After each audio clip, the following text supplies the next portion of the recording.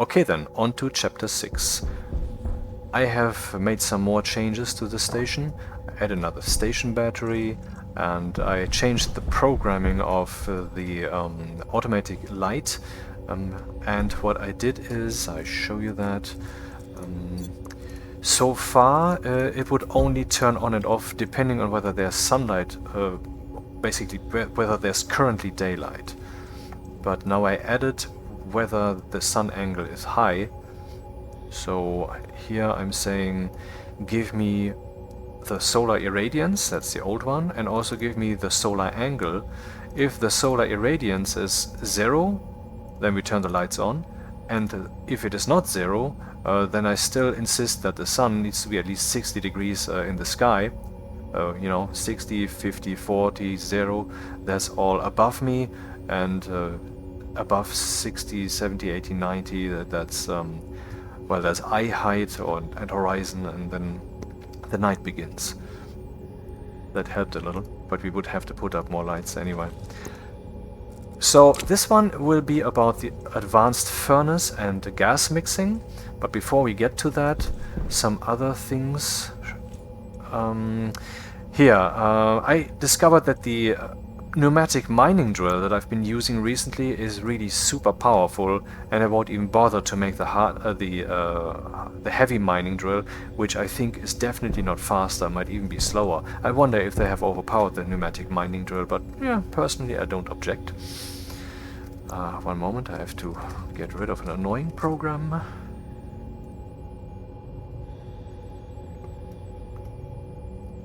Okay. So, I want to fill a smart canister, and then I want to go mining while that thing fills. So I have one smart mining canister in my drill, and one is right there on the wall. So this one has been used up somewhat, from 19 down to 11, and now it's still quite fast, but turbo is better. So let's swap that. And what's happening here is that it is now refilling from oh, right, I have to turn that on. Is refilling from here into that canister, but only up to the set level. You know, last time I spoke about pressure regulators and back pressure regulators and such, and I just put a pressure regulator in here and set it to 19,500, 20,000 when that thing would start taking damage, and that was not the wisest choice, because what's coming in here is like 15 degrees, now it's 17 because it has been heated up by now. But this would mean that this thing gets filled to 19,500 with 15 degrees, and then over time it will heat up to like 23 degrees, and I'm not sure if that is too much, because obviously the pressure will increase then. Will it reach 20 megapascals? I don't know. I will just try it out. Are we done? Is there no more pressure?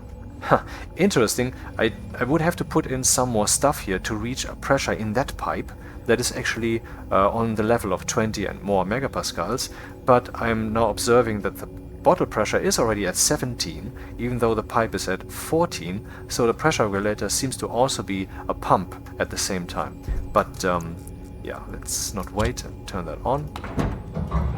And also not bother, because that's what automatism is good for. Let's not bother with that. Yeah, and I was mining, I made lots of steel and stuff, and then when I made that steel over there, I also had lots of copper and just tossed it up there, and then it rained down here. Some of it has been used up already. I mean, this setup is really so fucking awesome. I really have to do that every time. Automatic arc furnace, and also this inlet here. That gold also should be smelted. So, what else? The centrifuge has by now created quite some resources. I haven't yet emptied it, and this is only a test setup, like I said. We would have to use two, I think even 2.5, so to speak, of these electrical furnaces to so that we can use the full load that comes out of the deep miner. But that's not for now. Pressure is fine. Let's turn that down. Do I have something on me to make some more room? Yes.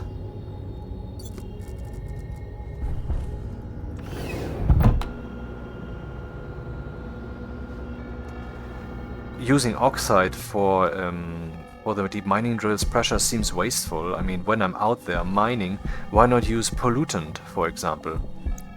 But I don't have pollutant readily available at that amount. And also oxide is really easy to come by here on the moon. Let's look at the centrifuge. You can see here 101 iron. That's a lot.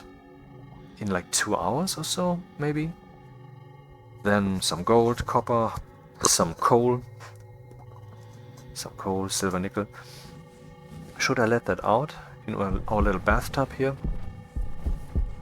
Like I said, there's better solutions. There should be a sorter and silos, but that is a nice makeshift solution.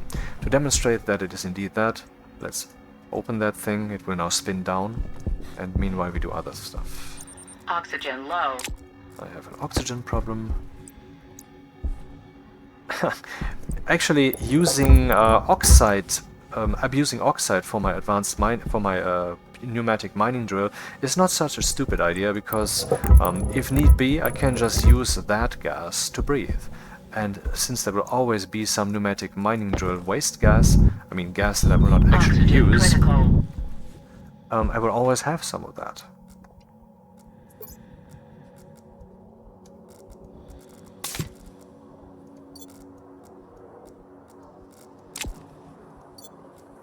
Yeah, the screen stuff here, if I activate something more, why does it pop up here?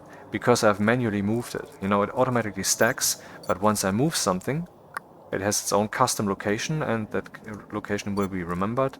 Too bad the game doesn't yet actually remember what I had unfolded when I reload, but yeah, that's one of those minor inconveniences. I seem to have miscalculated my situation. Let's deal with that then. What is the problem?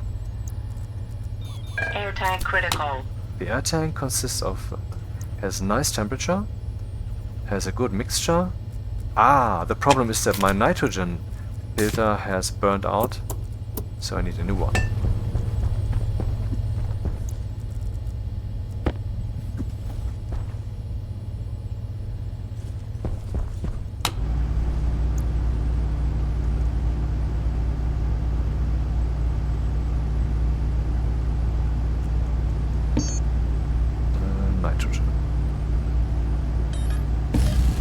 I guess by now we could also just make medium filters, but I don't want to tackle too many topics at once, because else I'll be overwhelmed, so...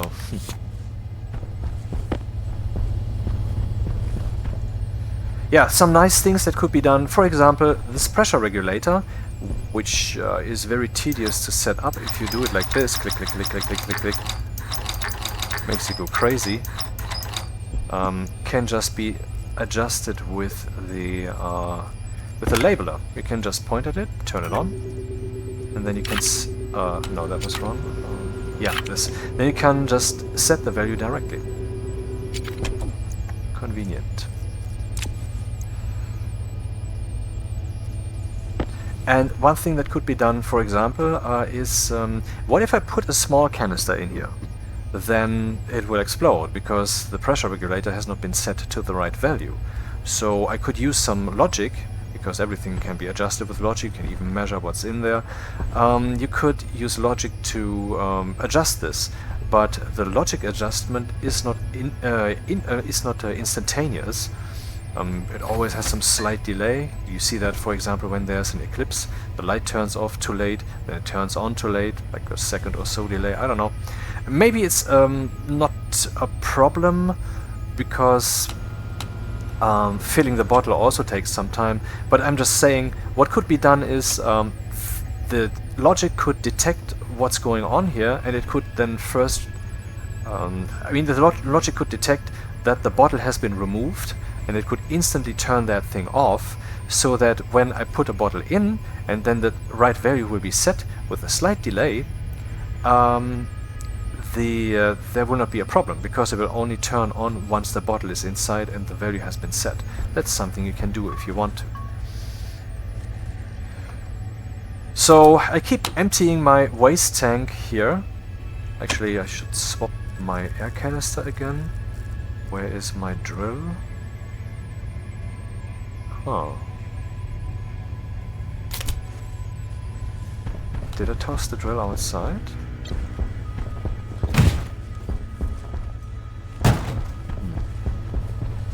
Damn.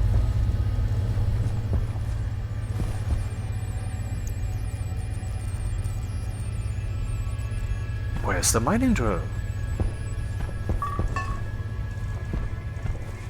That's the old one. Ah, come on, this is stupid.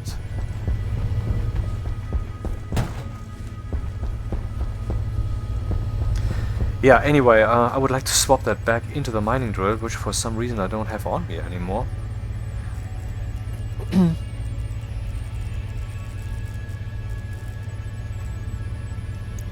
Do I have possibly another pocket here?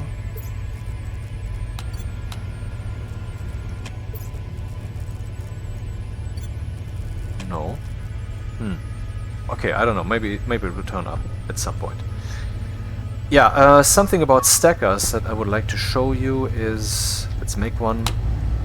If you have ingots here, and you actually needed resources for smelting, for the furnace, you can actually use these ingots. So it's not a problem if you accidentally left the lever open when you were tossing in the mixture for steel, for example, which consists of iron and coal. So if you toss the iron in and the lever is open, it will just smelt the iron and toss it out. But you can just toss it in again, even in ingot form. That's not a problem. But what if you have ingots lying around here that you want to use for smelting, but they don't have the right size, so you can't make the right mixture? For that, you can just use a stacker.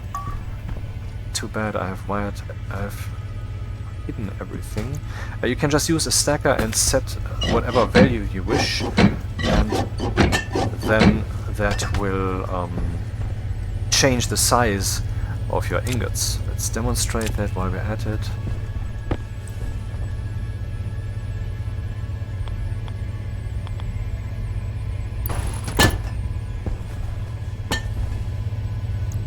Cable.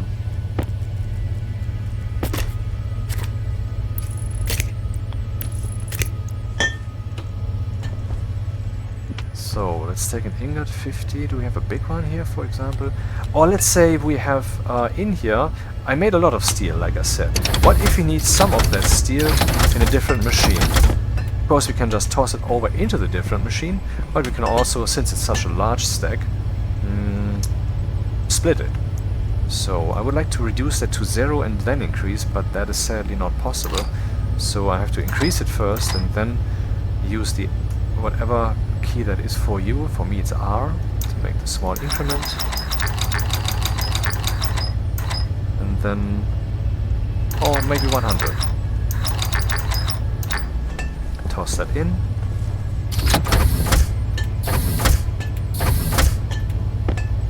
So now we have 300 steel. And another 75. Which was the rest of the stack. So that was the stacker. I will leave it like this for now.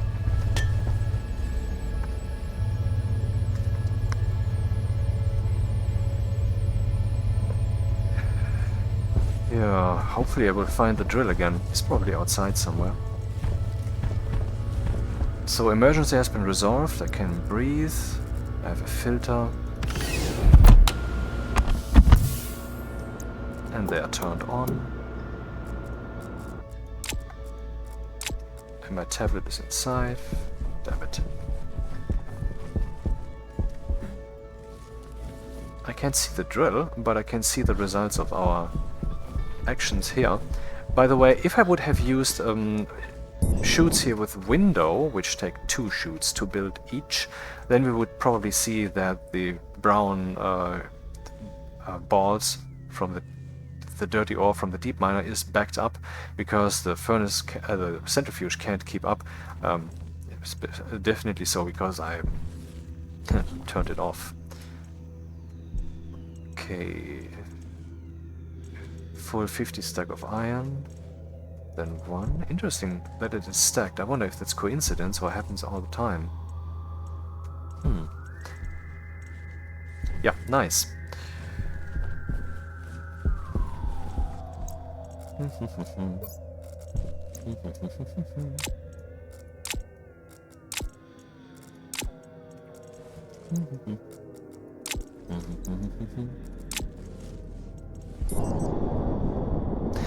I'm currently holding a belt with some stuff here, and there's actually an unloader, which I haven't yet used myself, but it exists. Oh, damn it. And it can be used to just toss a complete belt in there, and then it will unload that, and I guess everything will then be filled into a chute system, and then you have to use sorters and such to automatically separate that. Because if you would just pump it into your arc furnace, for example, then at some point the belt itself would end up in there, so the system would be clogged up.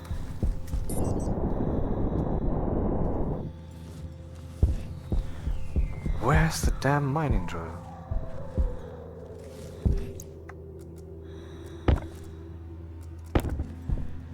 I have not yet made the arc welder, and that's something that we need to do at some point, because the gas will run out, but we also need to make gas for the advanced furnace. So, yeah. Oh, damn it.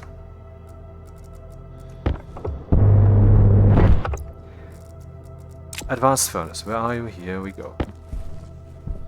Where do we place this thing? Right here. It's quite a beast. But as complicated as it may look, it's not really that complicated, and it's really easier to use.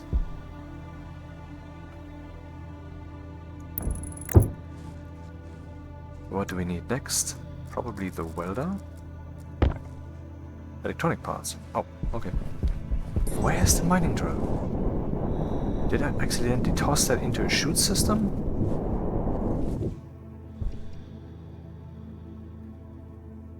Huh.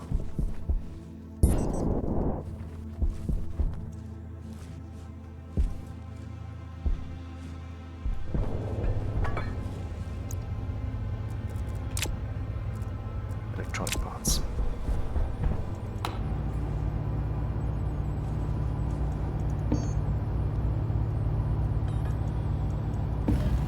Or did I accidentally seal that up with the floor?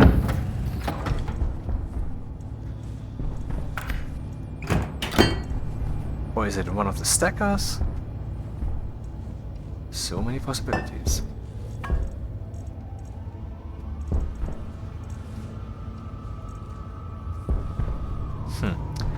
There's actually a way to find out.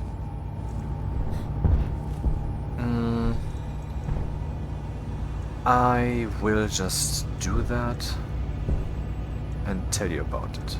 Meanwhile. Electronic parts. Save. So, the save game is actually a readable file. It's not like, well, okay, there's some binary stuff in there, but okay, the save game consists of several files. There's a preview image, and then there's the geometry of the world, of the planet, which is in a binary file, but then there's also the world.xml file, and that's readable text. You're not seeing that on screen because that's not how I organize this, or maybe I just should switch that. I'm not sure if that can be done.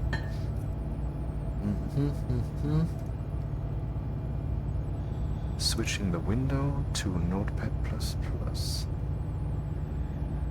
Does it work? No, it does not. For some reason it's now black. I don't understand. Capture specific window. Okay, let's switch back to the game.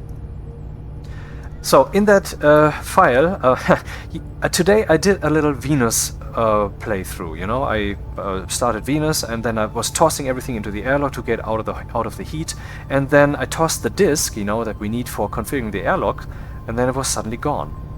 And I don't know what happened. I guess it was such a small physics object that it was maybe thrown like into one of the welded frames, and then I opened the save game, found the disk, and I found also my own location, and just copied my own location to the disk location, loaded up the game, and then I found it at my feet.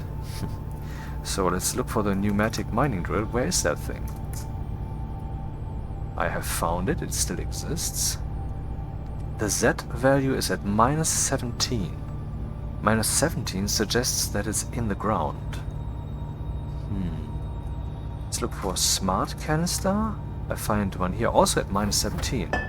No, actually, Y is the vertical coordinate. Where is the fucking thing?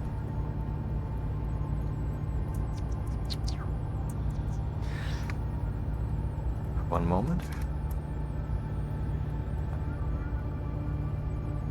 Mining drill pneumatic. 0.3, 0.6, -17. Smart canister 0.3, 0.6, -17. Okay, so I have the smart canister is still in there, and I have a smart canister on me. I think that is what I'm breathing.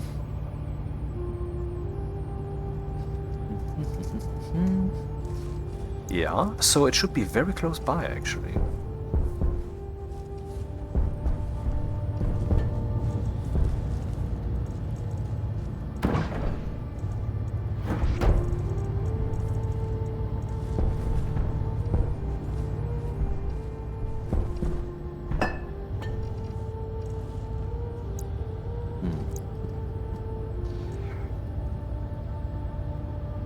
.3, 0.6, -17.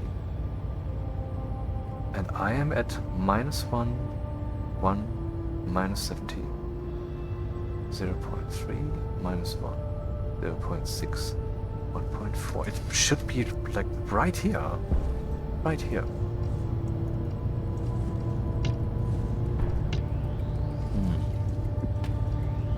I think I have had the problem to toss something accidentally into one of the machines, but I'm not sure if that's possible with these ones. Okay, I will just use the cheat then. See you in a few seconds. I found the drill. It was here this whole time. Did I not see that on screen? I don't know what happened there. Total blackout. Sorry about that. Okay, let's swap that out again.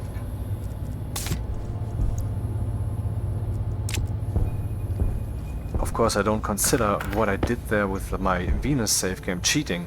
I mean, if the game simulation malfunctions and I fix that, that's just circumventing a bug.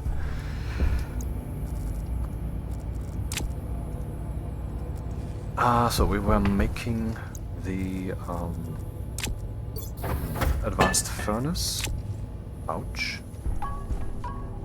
Yeah, another thing I wanted to say is that if we empty our waste tank in here all the time, that of course leads to more CO2, which is good since we have plants up, you know. Oh, it's actually very low. The plants keep eating that. We have to do something about that. But also the pressure increases. We are already at 97.5 kilopascals. These walls withstand a differential of 200 kilopascals. These doors also, of the same kit doors, there's also the composite door, which has a limit of 300 kilopascals difference, and you can also, there's also a type door that you can make that has 1 megapascal differential, and you can look all that up in the Stationpedia, of course. So if the pressure in here keeps increasing, that at some point our plants will no longer like that and will not thrive, but they will like grow moderately, blah blah blah. And so we have to relieve the pressure. There are several ways to do that. Where is that thing that I had? God damn it, I'm so disorganized today. This is the passive vent. which we already have up here in the ceiling, except painted. It's just an opening for the pipes, because the pipes are all closed by default. So we need that or a pipe cowl to open them. This thing is a kit, so if I place it here and scroll the mouse wheel, then we get the wall vent. And guess what?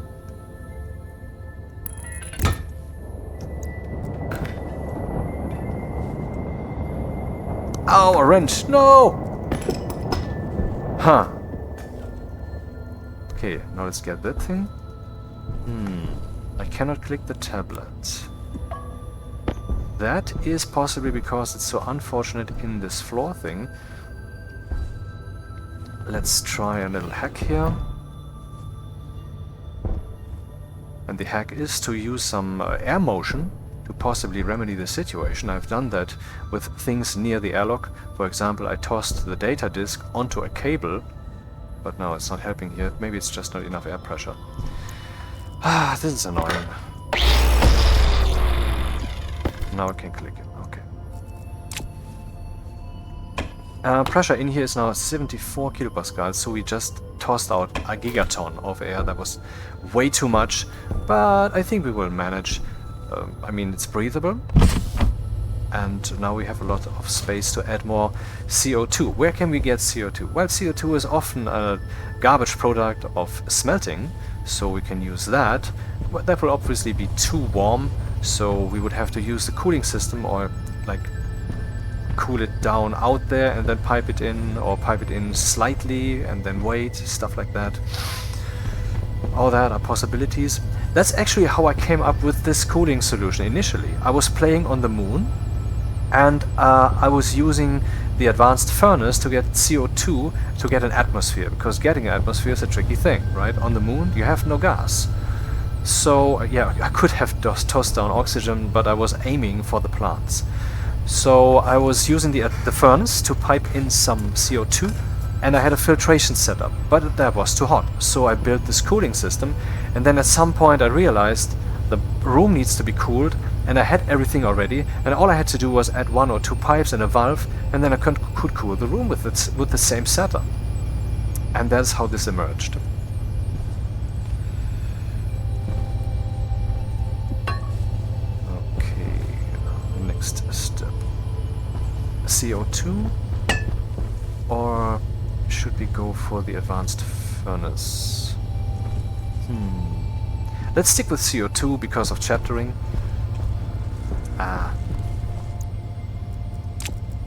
We would have to have tons of pipes here, from there to in here.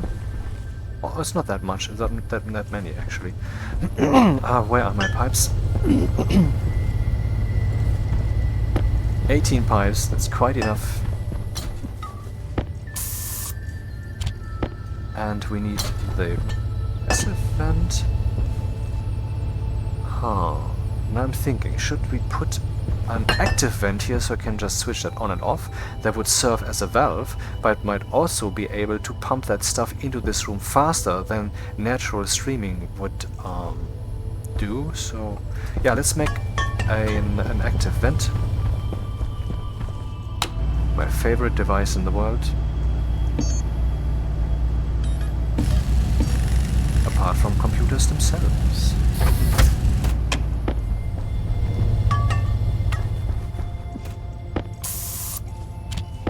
Oh, something we have to keep in mind. This thing is running all the time, it cleans the air, and there's no error flashing, so we're fine, so you know what's up. But here, the pollution filter is already at 18%, so let's, in case we have an emergency later, we don't want to be standing there naked, and imagine then we need to make it filter quickly, and then there's no iron available. All of that can happen. One should be prepared. And actually it's a nice idea, but I've never done that, to have some kind of emergency chest or something out there. If the whole base blows up, you still have your auto lathe and some other essential things. And also, since at the beginning the things in the lander are so disorderly, it would also make sense, just in principle, to come up with some one's personal setup, and then pretend as if no game has taken place so far, and then just start with those custom boxes. So, the active vent.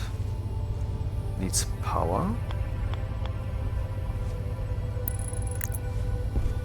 I can just pipe that up to this network. That was not the idea, but it's also not a problem.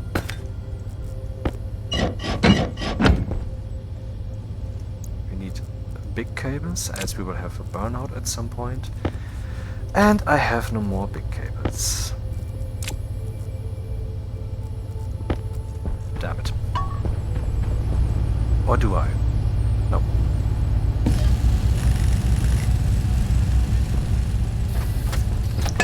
Could do some piping, maybe. Will it produce too many cables? No. It's ideal. Where are the pipes? Do I need something else? When it goes from the furnace to here... no. Everything is alright like this.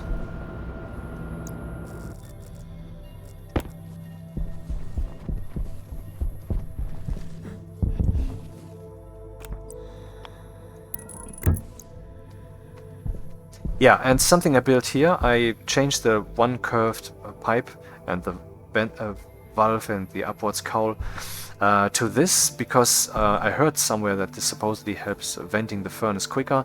I can't tell if this is the case. I haven't really compared. It's hard to feel.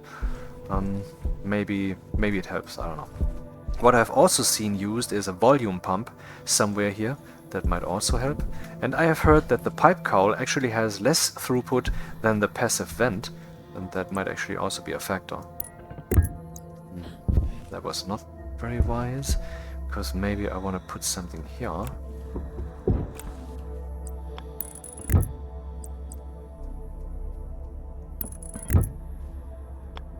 Oh, same difference.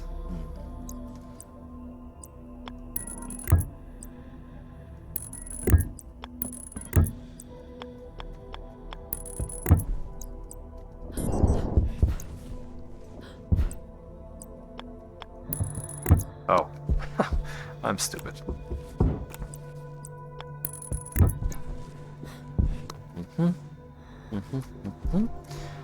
Now there's no pressure in here because I opened this because of earlier experiences with that thing actually bursting because something became liquid and the pipes don't like liquid at all.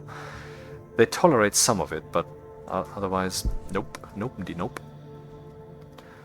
Now we need some CO2 for experimentation, so I will just put that full volatile stuff in there, and then not the wisest choice because there's no burning going on yet. Then look upwards slightly and split.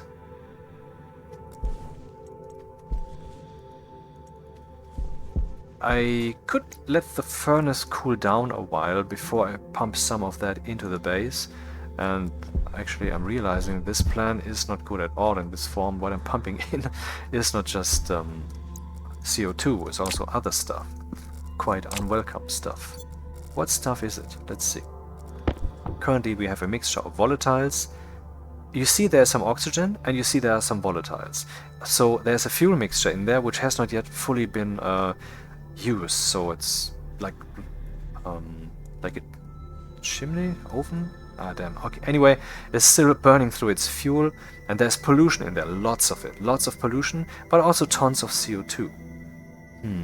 To pump that into the base, that would not be the wisest choice. We would need filtration, but I don't want to set that up now. Should I use the quick and dirty method and just pump all the pollution into the base?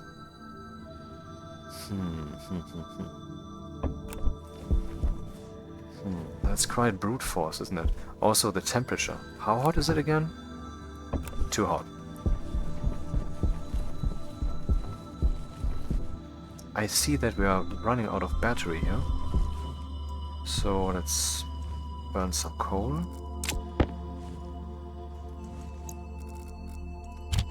Now that we have 4 station batteries, this full stack is certainly not wasted.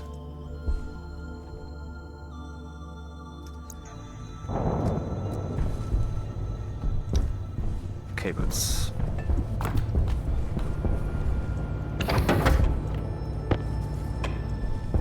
Where is my black stack?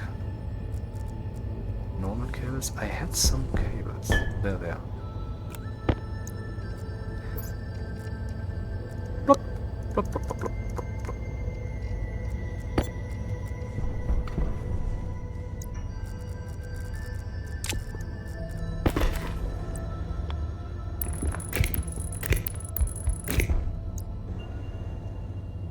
I don't like this track at all. Didn't listen to the sound. Let's try this then. It's radio.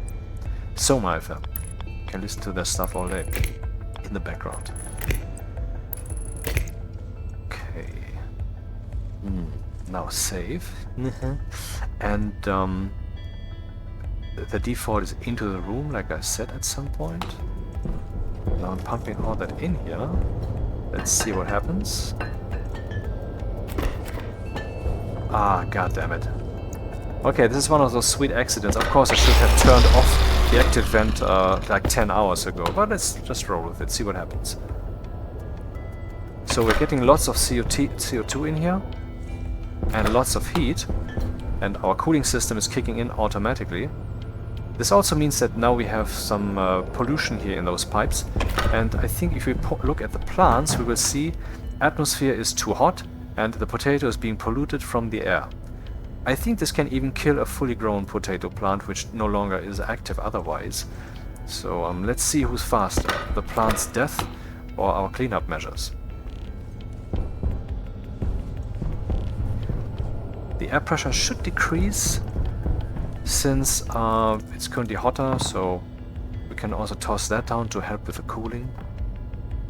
Pollution is being cleaned up by this thing, but the filter should now be decreasing more strongly, is at least my imagination.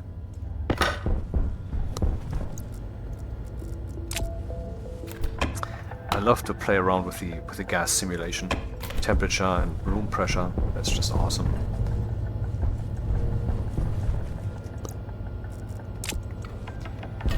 We certainly have enough CO2 in here now. Actually, you see that the pollution is... okay, what's that?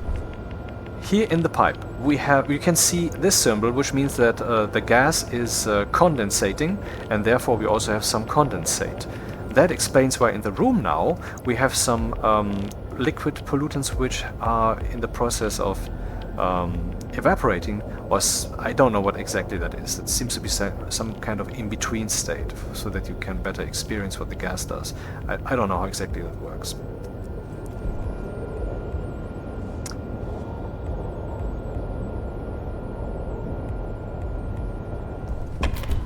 What are the plants saying? Huh, the plants are already satisfied. So the pollution shock is now no longer relevant, and the temperature is already tolerable. Yeah, and what do we have now? 3% CO2 instead of 0. What the fuck. Now this stupid measure which I just took, quite radical, but it got the job done. Okay, I wanted to build the advanced furnace.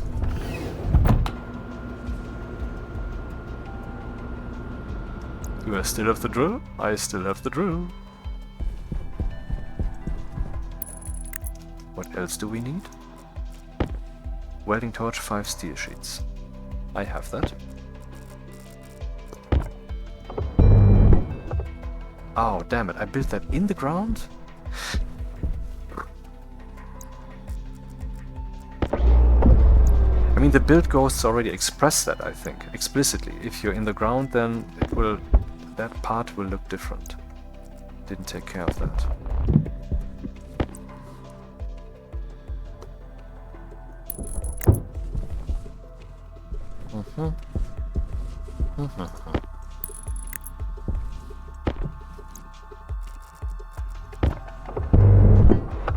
Screwdriver. Yep, that's it. That's the advanced furnace. And I have a spray can on me. Very good. Because that is more fitting. Actually, more fitting would be to make it red. Okay, this is where you toss stuff in, just with the standard furnace, and that should then also be true for fuel, so I guess we can just use this thing as per usual. This is where the result comes out, so that thing is also more convenient. I mean, the normal furnace is like some kind of random lump of metal with lots of openings, and this thing is actually an appliance that's standing on the ground that has its front where you can work on, its input, output on the sides, very convenient. And on the back side, we have, like with the normal furnace, output 2 for liquids, input for the fuel, and output for, why is it at the top? Because a chimney would be good, right? Welcome to Exosphere, the dark side of Synthera.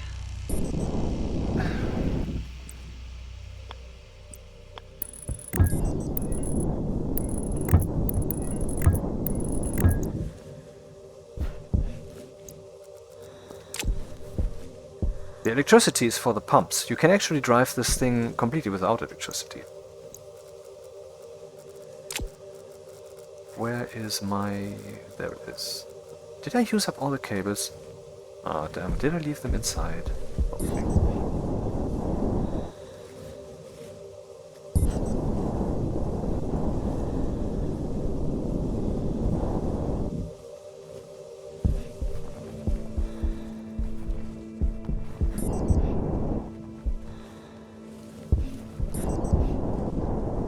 Certainly the most confused video so far.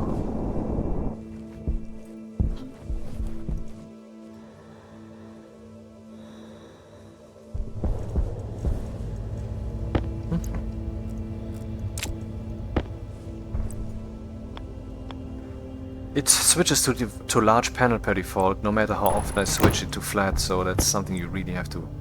Again, that's something you really have to keep in mind. I guess if I just seal this up now, the ingots might actually get stuck. I'm not sure. Nope, I'm lucky. Okay. Why shouldn't I be lucky every once in a while? What about the pollution? Are we happy? Yeah. Hydration critical. It's very low. Low enough for breathing even.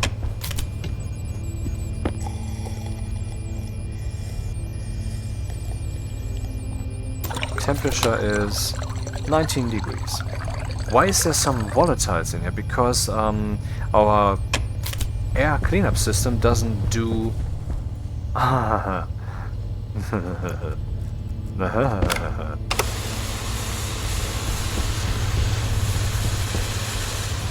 Okay, it's not that many volatiles.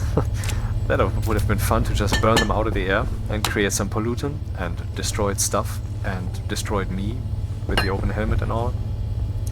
Are the volatiles gone? Are you telling me I just burned them up without an action? I was about to create a volatiles filter and also stick it into that thing. Oh, now looky here.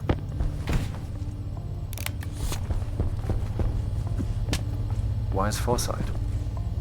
I guess that I actually burned them out of the air with the arc welder, with the welding torch, but it didn't set the air on fire because it was so little. I mean, what else would explain that the volatiles are now gone? Cool. I have to remember that. Yeah, and regarding setting the air on fire, let's look at an interesting thing which I've never actually used so far. Only once. Tool manufacturer, the igniter, which is actually a way to cheese the game, so that's not something I like to do, because the igniter takes a little bit of electricity and then creates okay, I'm not sure, but it's somehow there is some kind of hole in the simulation where you can create something out of thin air, basically.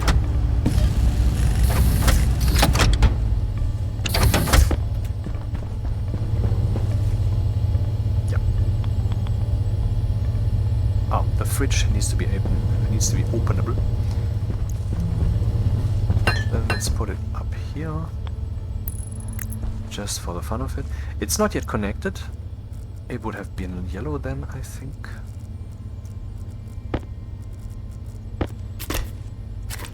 And the igniter's purpose is specifically to set something that could burn on fire. So we can imagine that such a thing is also built into the furnace. Can of course be operated logically, with logic. So you can make a whole box room full of these things on the wall and then ignite them all. That looks quite cool, and it creates some heat, I think. Yeah, look here, it's creating heat. But it doesn't do anything gas-wise.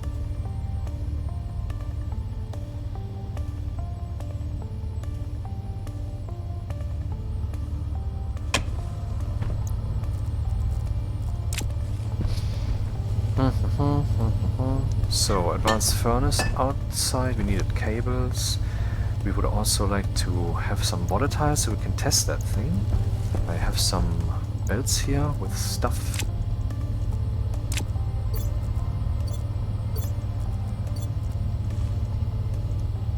And we need a pipe cowl for a chimney.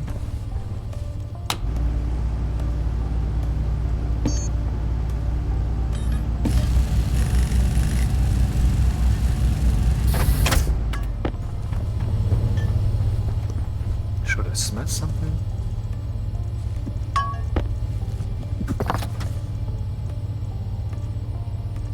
Nope. See, that one stack of coal did us some favors. Overall, we need more energy sources. We can't use wind on the moon. I can use the airstream created by the excess heat of the furnaces, for example the exhaust, to drive some turbines, but I don't know how effective that would be. Never done that so far. Yeah, that's what I meant.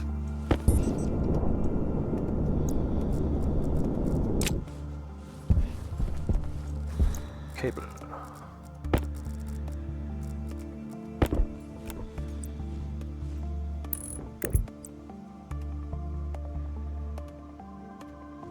Uh-huh.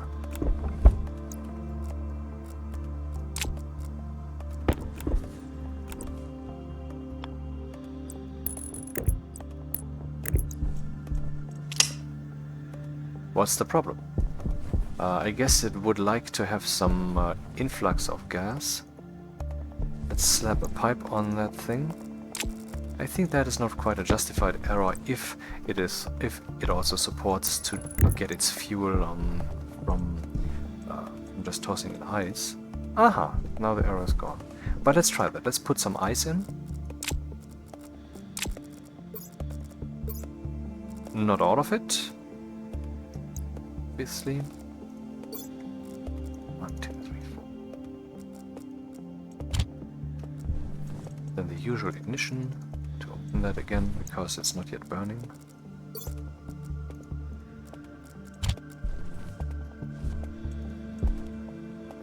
Once might be enough actually. What's happening? Yeah, what's happening is that I have a chimney, but I don't have... No, that's not the problem. The problem is that the defaults of the advanced furnace are plain simply stupid, sorry to say. 1, 2. Air tank low. And these defaults are that the pump that pumps whatever is in the furnace outside to the exhaust is by default not 0, but it's turned on. Same for the input pump. So yeah, so that thing is basically almost set to explode from the start. But now it's safe. Okay, we have the usual pressure and temperature. I mean, it's the same as the simple furnace, except you have these pumps. And also, and that's very important, you can make advanced ingots with that thing, advanced alloys, which consist of 3 instead of just 2 ingredients. And then you can reach the really advanced stuff in the game. For example, the glasses, the visor, what's the word again? I don't know. Where you can actually look through the planet and see where the gold is and everything and dig directly to it, as an example. Or a suit that has a larger inventory. Okay, that's the advanced furnace. So, fuel mixing. I think we should do some, set up some filtration stuffs. So we would need some atmospherics, like down here. And because I want to create a pure fuel mix. And maybe we want to pump that into tanks that we set up out here, and then we can fuel that thing with this. to get ahead of myself a little, there could be a tank here with volatiles and a tank here with oxygen, and then a third tank which already has the ready mixture, and then I pump the ready mixture into that thing, which is my personal favorite approach, because then you are ensured to have the right throughput for the mixing, and because also I don't know, kind of a manual guy, you know. If I can achieve the correct mixture by just tossing some stuff in and turning some wheel, then that's something I would often do. And also, there's actually a gas mixture, gas mixing device in here. It's like the back pressure regulator and such. So it has one output and two inputs, so that would be ideal for fuel mixing.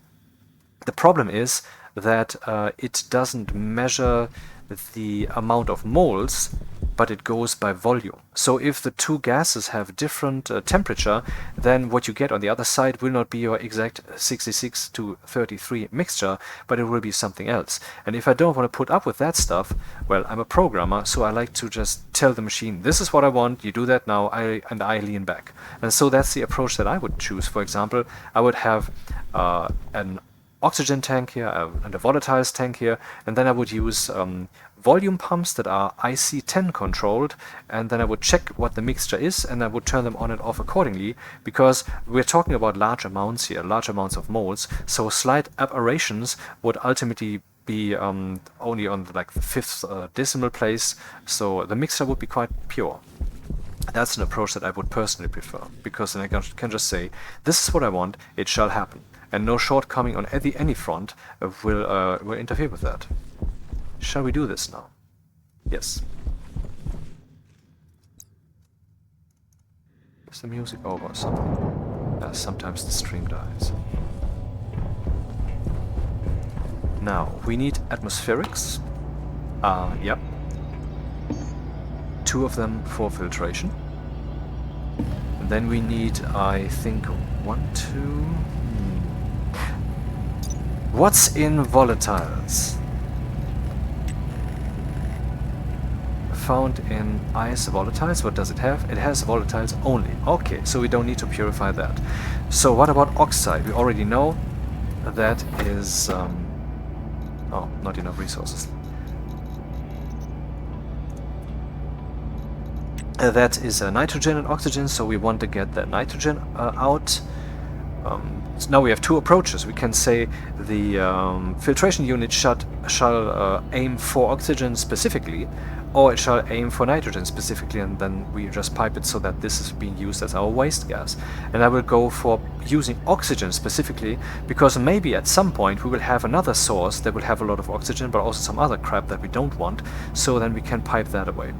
And I will try to keep the nitrogen around, just for fun, and so in case we have another oxygen source that will also have some other gases, then we will just flip a valve so we don't get that nitrogen waste stuff into our nitrogen tank. For whatever reason, we will keep that.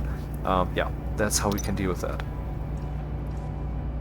1 kit atmospherics, but else do I need iron and copper? Boop. And iron? Will that be enough? I don't think so.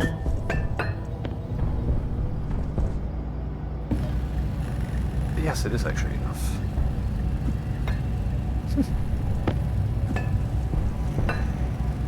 Then we need oxygen and volatile. No, just an oxygen filter. It's best to go for something industrial sized. So the heavy gas filter requires stellite, which we can't make yet. I mean, actually we can make that in the advanced furnace. That would be a nice task for us to do, right? To test that thing. But I want to get stuff done first, so we want the medium filter or oxygen. What does it take? Invar constant. Do I have that? I think so. Do I have enough of that? Maybe not. Invar? Do I still have constant somewhere? I do. 7. I think that's not enough. It is enough.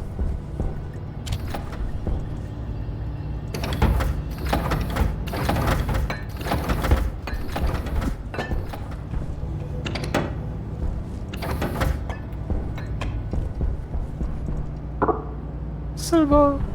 I don't have any smelted silver. But I have silver. How much silver do I have? Is that really all I have on me? I really didn't find much silver here.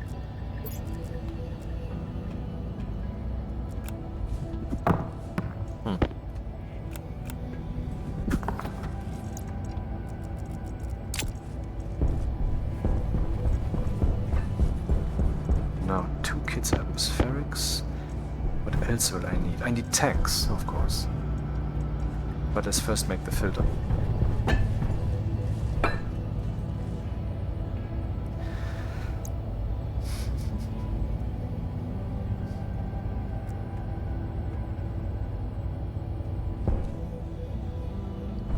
Could you pick up the pace, please?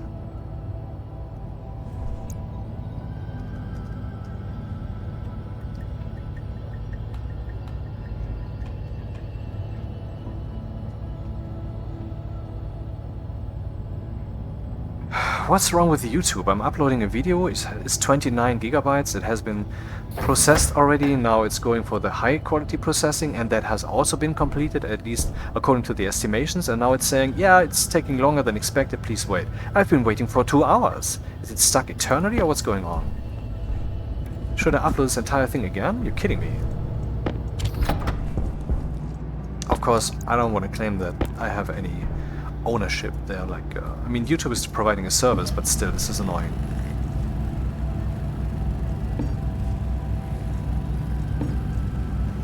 Afterwards, we want tank. We are on the moon, so we don't need to... Well, we could use insulated tanks.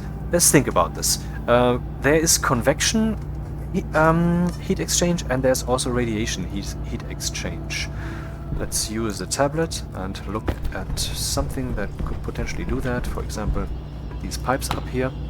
Here we can see convected. Minus means something goes in. Plus means, I mean, no sign means something comes out, and we're talking about heat here. And there's also radiation. So it's radiating heat into the room. And probably the room is streaming into that thing, so that's balanced out, because that would be stupid. It's just an open pipe. So that's what we have to consider. If I put a tank out there with a certain temperature that is not insulated, then it will keep irradiating its stuff into the world, and then I will eventually have no. That will be so cold, then the tank might not explode because I think that's not implemented yet, but I cannot make use of that. Alright. Crisis averted. So we should use insulated tanks then. Insulated tank. Kit tank insulated. We need 3 of them. 1 for the waste nitrogen, 1 for... Where's the steel? 1 for the volatiles and 1 for the oxite. How do I get the oxide in there? Will I use crushers? I mean, they are quite slow. But I have no better idea right now that is quick. But we need ice crushers. Do we need 1 ice crusher or 2?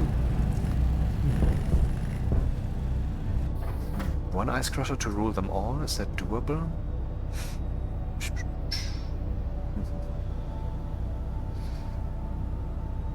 Nope. I mean, maybe it's doable, but I can't think of a solution right now. Silicon. I must have some of that still here. Yep. Yeah.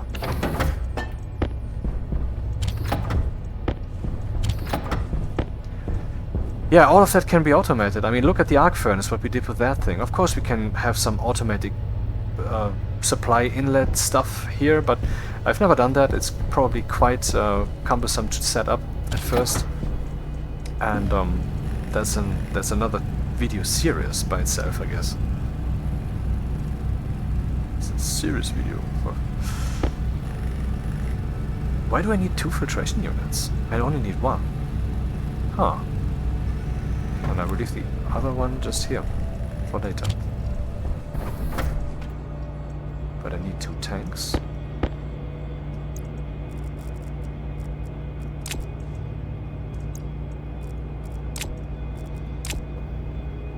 filter. Let's leave the gases in here.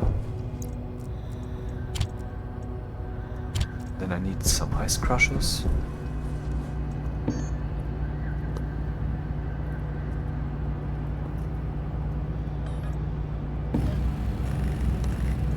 They need electricity, that's out there. Do I have enough cables? Probably not, let's make cables.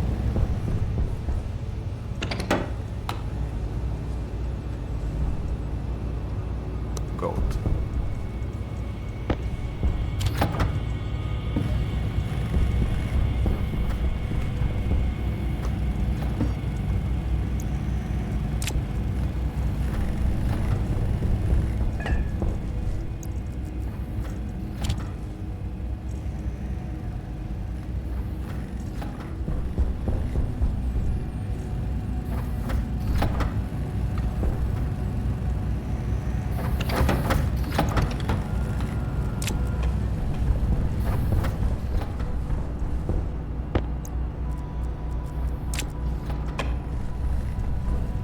Yeah, you just saw maybe here on screen there's hydroponics. Several ways to do that. One of them is this little device, which is really small, and you can plop them down one by one, then slap a water pipe on one end, then one of these bottle holders that you can see over there, except not for gas bottles but for liquid bottles. You put a liquid bottle in, then all of them will have their liquid, then you have the right atmosphere, like also for this thing, and yeah, that's it. Then you can just grow that stuff. How many cables will this thing make? I mean, you basically can't have too many of these, but, you know. Ice crusher, tank, kit atmospherics, pipes? 5 pipes, yeah, no. Nope. Neither.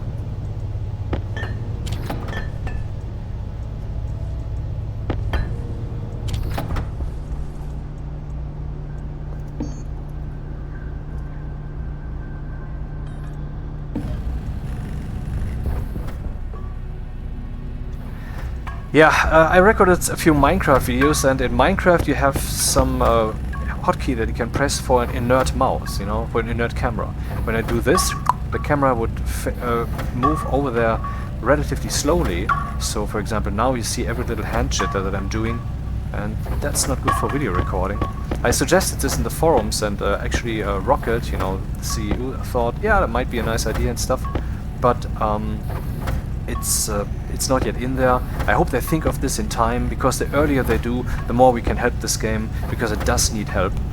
They're really putting more money in than that's getting out. But I mean, the goal, I mean, of course the goal is to make a profit, but they are not making the development of the game dependent on whether there will be a profit. This is a passion project, and some of you might have understood why, because this game is beyond anything that has ever been developed, and also there's so much potential. What wonderful platform this is, this game. Oh, that was wrong.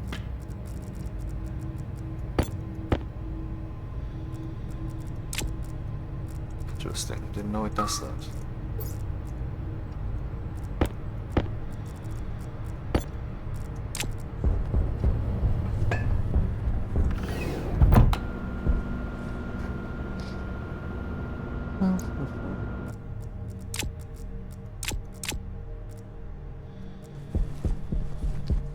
Maybe we should go backwards. This will be the fuel inlet. I would say any deep miners and such would be over here. Also, there's our nice crater with resources. Do we have some more, by the way? 50 iron so far. I mean, this is already doing quite some. Now imagine you have like 7 of these, and then 2 combustion centrifuges. I mean, the output of that can really supply 2 or more players with constant building, I guess. Okay, so we go to the right side.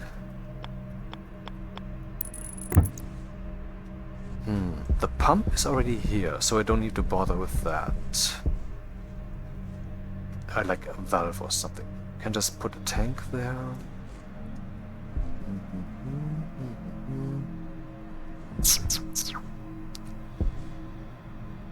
Anyway, the actual fuel tank should be somewhere over here. Let's put it up then.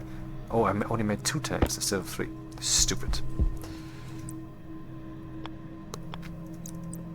The auto-rotate key is a bit haywire on this one, so let's use the manual rotation keys. And something stupid about these tanks, let's actually show the big one. Can make tanks this large. Oh, it appears they changed the model. Because I built one of those at some point, and this corner that you can see there, the 4 corners, they didn't exist. And so every time I thought I can build some cable there, but apparently they changed the model. Nice. But you have the same problem with the small tanks, so you might easily misestimate where and how you can build. So it's best to have some room, some reserves. Where would I put this? I could just put it in the air here. Is that possible? Oh, they don't insist on a foundation? Mm-hmm. That's still something to do, I guess.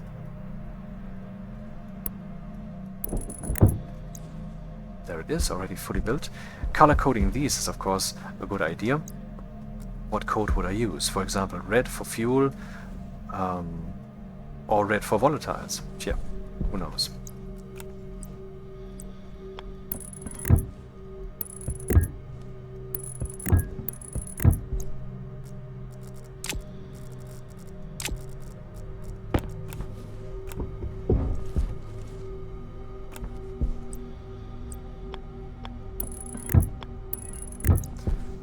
Now we have to get some stuff into that tank.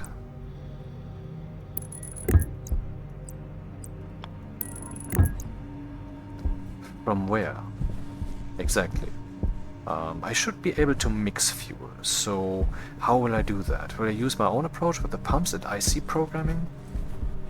Yeah, I guess so.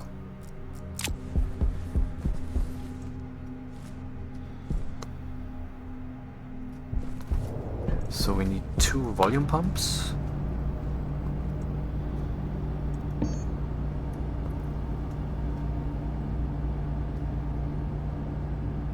There's also the turbo volume pump, which can also pump in the opposite direction and pumps quite a lot more. But I don't need to pump in the opposite direction. That would actually be inadvisable. We're mixing gas here, I don't want that to pollute the source. But that would still not be a problem for the setup. See, someone else might be using a gas mixture device. Let's look at that device for a moment. Here, the gas mixer.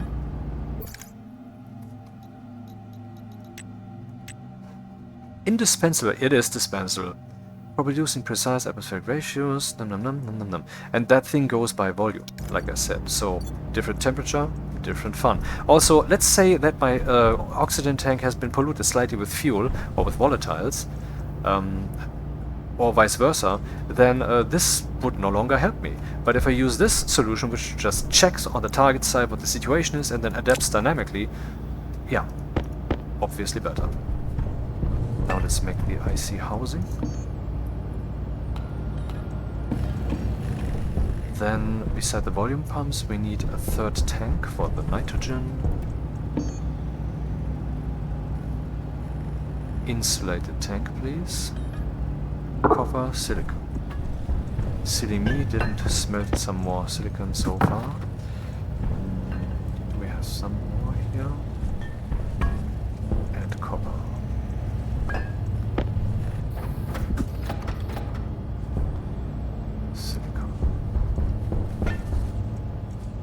We don't have any silicon right now.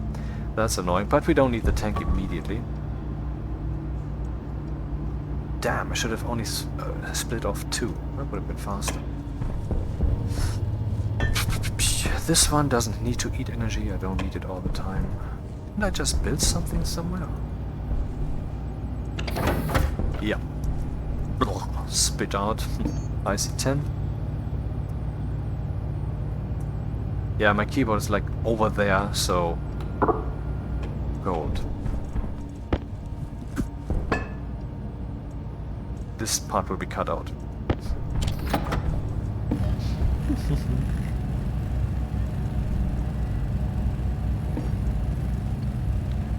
That cannot be of use for me right now. Do I have enough cables? Let's set up some more stuff around here. Do I have my volume pumps? I always throw my stuff all over the place. Not good. Pressure regulator, volume pumps.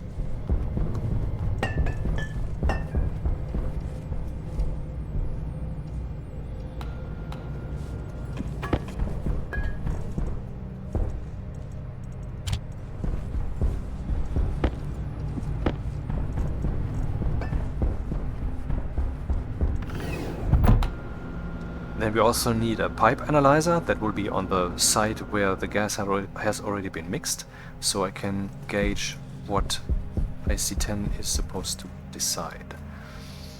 Here we have some logic for that tank. Actually, oh, I never used that.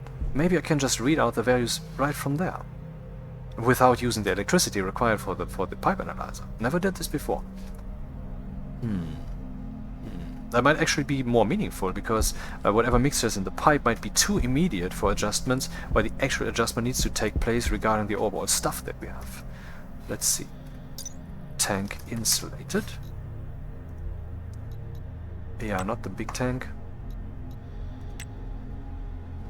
If you want to make the big tank, then you just need 5 kits of the tank. Just like with the chutes and stuff. So tank small insulated is what I'm using. What logic values do we have? We have the ratio of all of that, so you can indeed just read that out. Does it need electricity? I don't think so. Does it say... Oh, base power usage, 100 watts. Huh. I never attached these to electricity. What's going on here?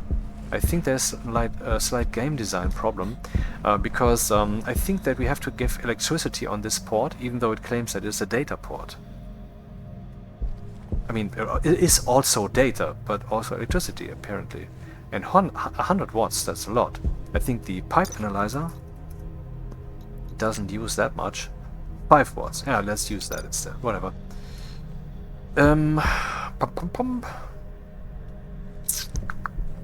So that is the already mixed part.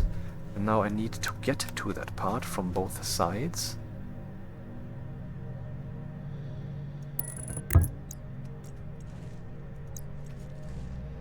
It's not a kit, it's just a pump. Pump.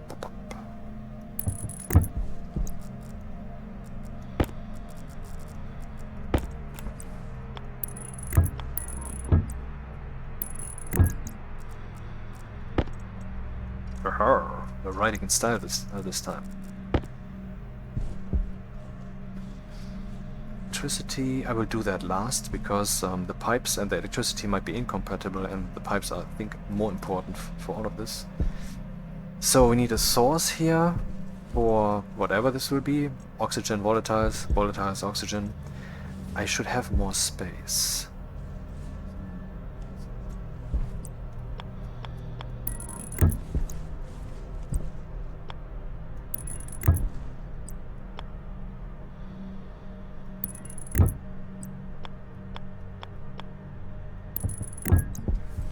Oxygen tank could be right here, and this then could be the pipe that comes from our filtration unit, and this could be the pipe that comes from the volatiles tank.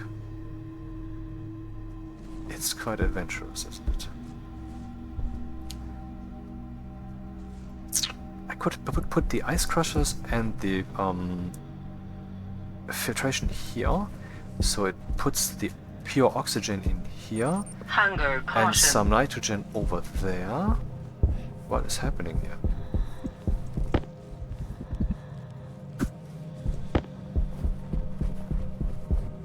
Shit. And then the actual oxygen tank would be here, and the actual volatile tanks is also here. I think that makes sense. Let's put those tanks over there. Filtration here. So we need a pipe analyzer and some stuff to build. There are no storms on the moon, so let's just drop that stuff down here that I know I will need. Waste tank, caution. Dude, I said put down. So let's be very explicit.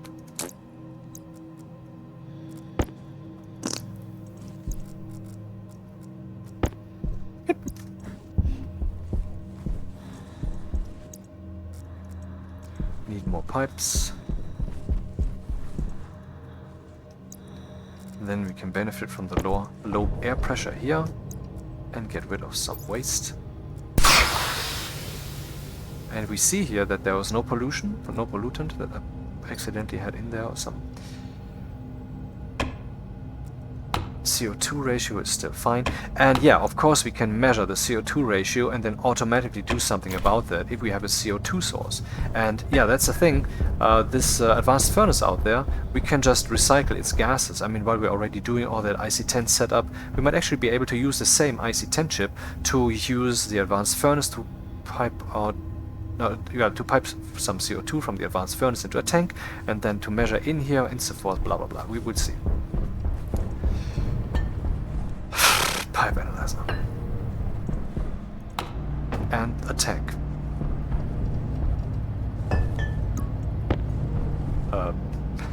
Wrong. Did you see the Superman film with Brandon Routh? I liked that one actually. It was pretty good.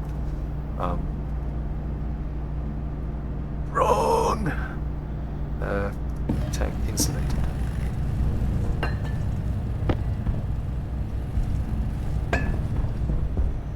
Pipes to be made with, guess what?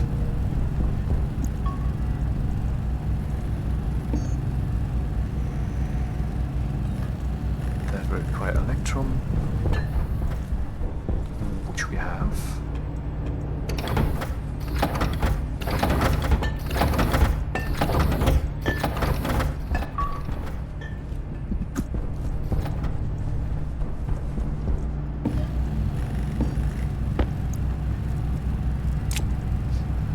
Never once did I have to change this battery, only when I was out mining in between videos. Then I swapped it with another tool's wireless battery and that was all. I didn't have to bother with anything else. Didn't even have to recharge them. 11 pipes. I need more pipes. The production will just keep running until I stop it manually or until I click the left or right arrow key button here. But I can of course just use some logic to program that thing. And I say produce this much and so forth, which I have also never done. There are like a billion things you can do in this game, which means you can't do all of them.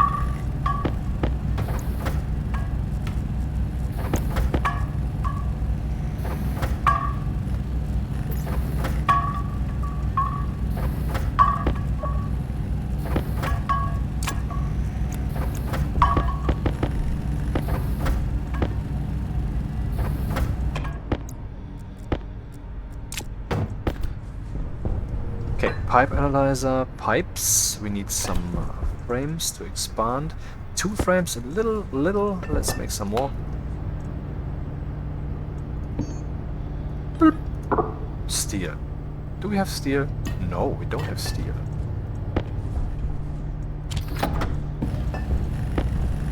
And steel sheets, of which we have 5. That might be sufficient.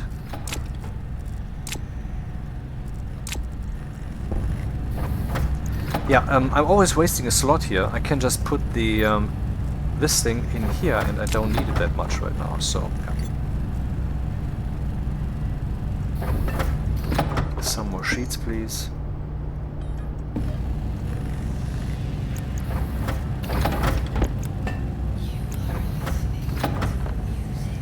Oh. I don't have any frames right now. Well, then 4 is too little.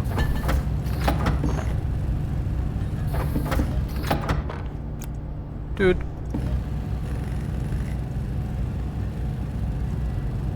Today, please.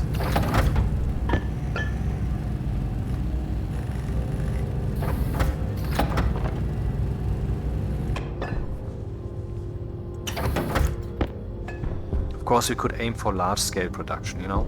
Put just the right resources in, let it keep producing, then we have a large stack of stuff and never bother again until we make another push for all the materials. But there are so many materials and no, I don't want to go there. I would rather set up some kind of fully automated resource filling and so forth production kind of thing.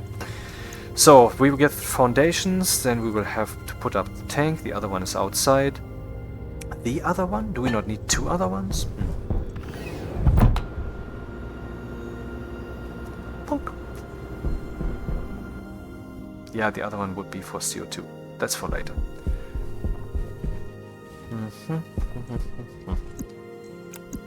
Foundations.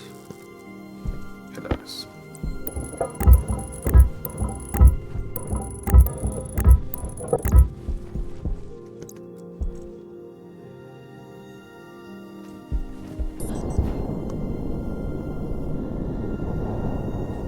Did I manage to fail again?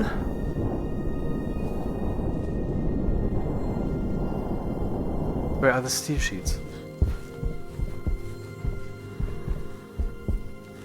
Did I have them just 10 seconds ago?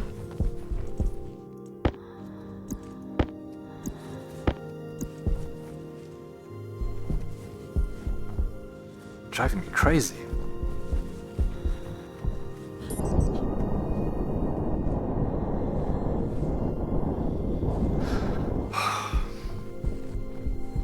Must be indoors then. Jetpack low. I have lost the fucking steel sheets. Man, that sucks.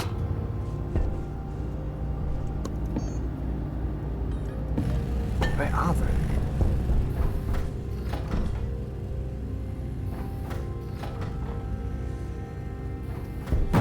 Do I have them on me again, hilariously? Not here.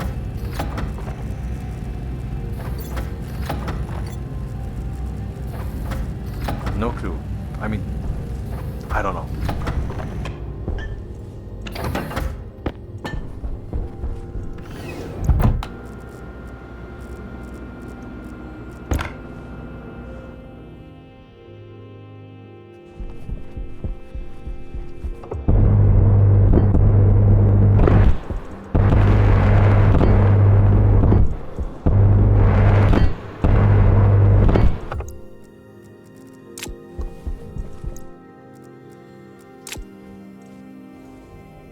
Okay, that's the mixed gas. Then we need as the source some oxygen.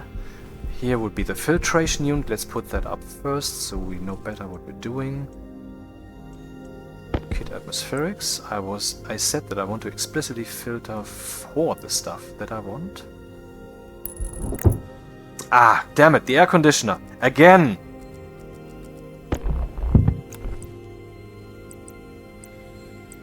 Filtration.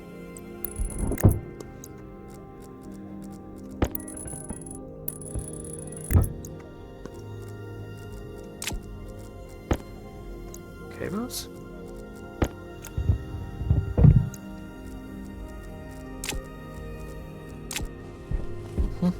Looking good. Let's put some power on that thing.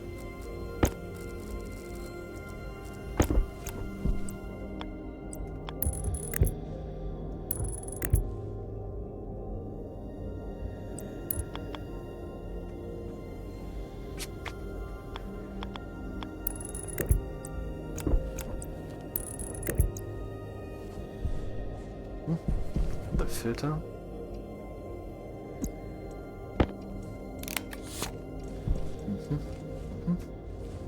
And from here there would come the stuff from the ice crusher.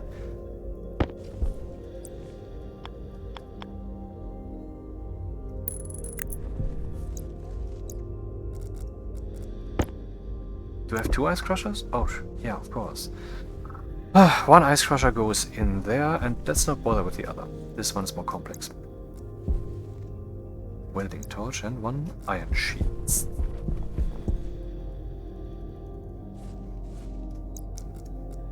Jetpack low.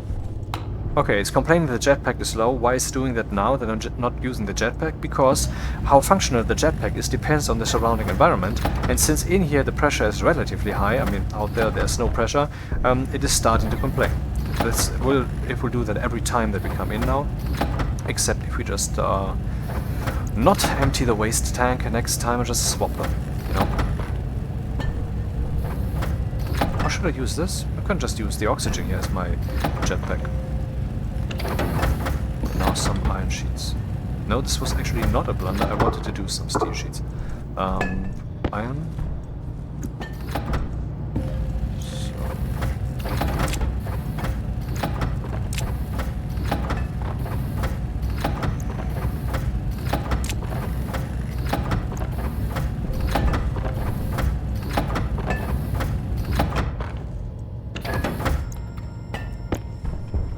Anything that I just dropped that I will need like in 10 seconds? Not in this instance. Too bad that the chute cannot be spray painted properly. You can spray paint it, but the yellow stuff around here, which is quite... Hey, everybody, I'm yellow! It cannot be affected by that. I think that's wrong. Weldy, weldy, well?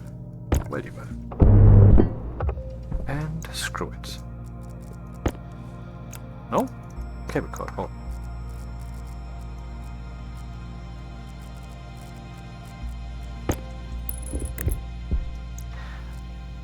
I've always wondered why some huge devices that you can also build in the game don't require you to use heavy cables instead. I mean, that would have felt alright, I think. By the way, let's put those here. Spray paint.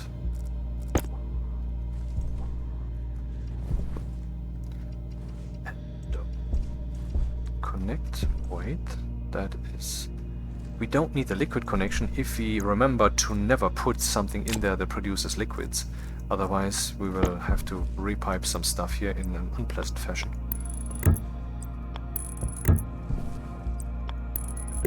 Okay, that will be the oxygen source, which isn't yet powered.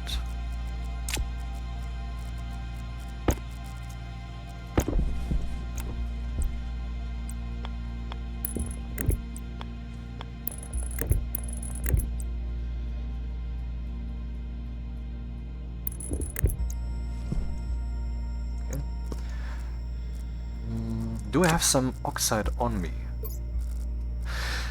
If I had some oxide on me, I would stuff it in right now and turn that thing on, because then we could already have some... You know, it takes a while, but I don't have that. So then we get oxygen here, which can then go into a fuel mix, but also in the tank that doesn't exist yet. And then we would also have the waste gas, which would be pure nitrogen. Where is the tank? We have a tank here, and there's also a tank. So we're fine.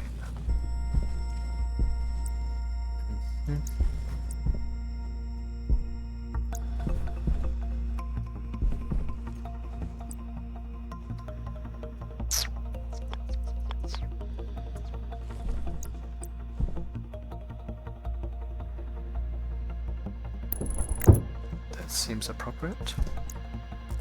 And these pipes, I think they really lend themselves to some painting later, because of their purpose. Currently I have no plans to do anything with the nitrogen, so we will at some point have to realize, oh, the pressure is too high, we have to do something about that. Not a problem. If need be, at some point I will just blindly slap some back pressure regulators on this, which vent everything into the night air. Actually it's day, but you know. Okay, that is for the nitrogen, for the waste nitrogen. This is for the oxygen. And now we need the oxygen tank, and I think we should immediately start to fill that thing. Where is my tank? This is fuel, that is nitrogen, and this is oxygen. Since the nitrogen and oxygen tank kind of belong together, I will just put them next to each other. And that is one of those moments when choices are made that you later regret, like how much space do you leave? I can walk between them, and can I put some cable or whatever between them too? Yeah. Yeah, okay, so we're fine. Pipe, pipey, pipe, and pipe, pipe, pipe.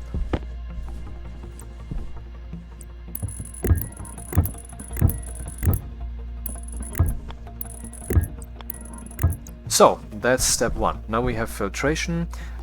Now let's get some oxide. I will just use the fastest method, which is I will just mine for some.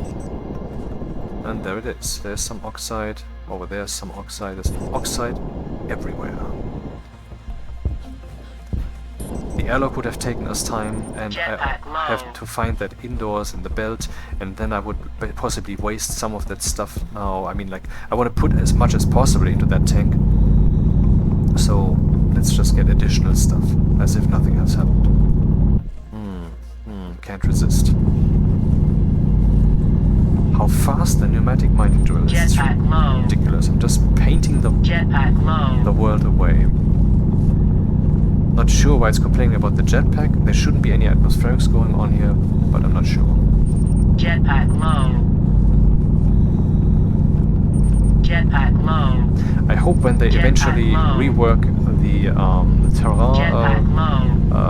terrain logic, they will also take care of things like that. Jetpack low. You know, that shouldn't be a game that is sophisticated, that it can do all these things like Astroneer does too. Shouldn't leave that stuff in the air like Astroneer does too. So that shouldn't be. I think that's really reasonable to request.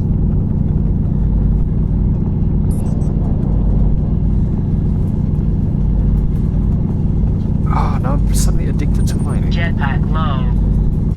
Oh my god, I'm full. We can leave that around. It's not ice that will melt in the sun.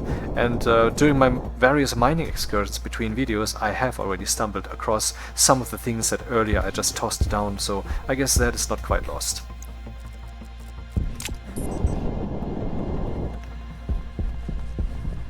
Okay, one safety save, and then let's take the full one. Do we have the thing? We do. Nothing. Oh, right, obviously nothing. Nothing. And nothing. Temperature 7 degrees. Once it reaches 15 or something like it, you should begin seeing something in the pipes. This pipe is not a good point for measuring because maybe... Oh yes, okay. I thought that maybe it will be sucked dry immediately. By the way, I've done something wrong. This device depends on... it can work a lot better if the pressure differential is greater. I don't know if it would eventually stop working if there's too much pressure in here, but I will just live with that for now. I can later remedy this. I can just slap a volume pump between so that there's always a vacuum right at the border of this device. So this device would think, oh, there's some open space. No problem. Yeah. Okay, 14 degrees Celsius. Oh, I realized the pipes are not insulated, and the pipes will also have inside them stuff from these tanks. So they will constantly basically infuse cooling into these tanks. So the problem has not been solved by using insulated tanks. Done goofed. I need insulated pipes here. And I actually all the way. Damn it, that was not right. I could of course remedy this by putting a box, you know, an entire room around this thing with some atmosphere that is like has some temperature and stuff. But let's go with this for now. If shit goes down later, we'll see that. Also, what I can do, I can just, I mean, there will be an IC10 here, right? We can just say, if this is too cold, heat it up. We can just put a pipe heater on that thing. It's a bit stupid to do that, but you know, if it works, if it gets the job done. Excuse the chair. The chairman.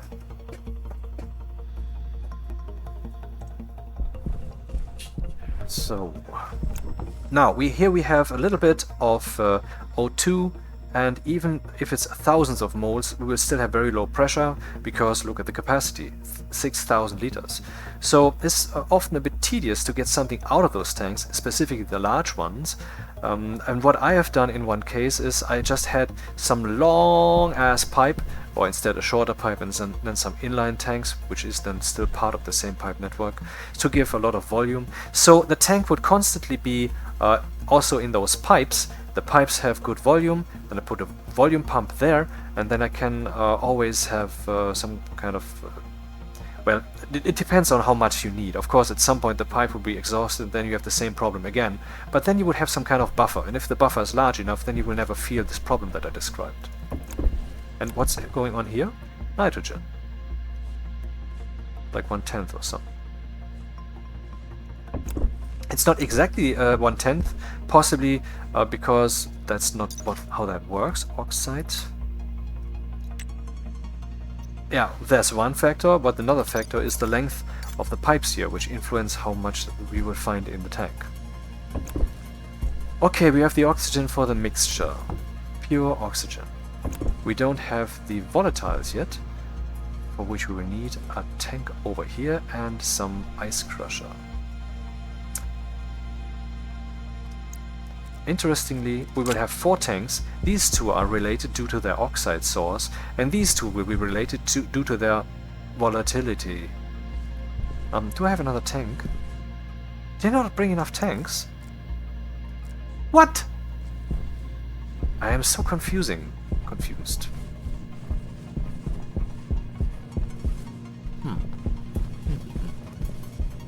I am disappointed. Well, back in we go. 19 minutes already the video.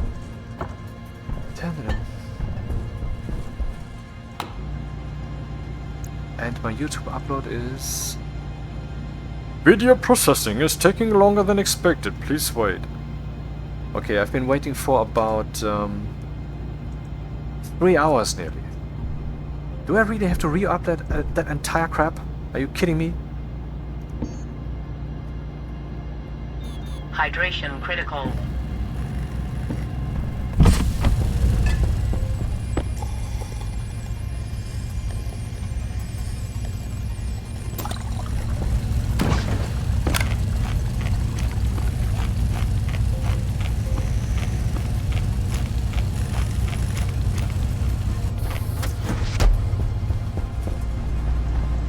Okay, the tank, and then possibly some insulated pipes.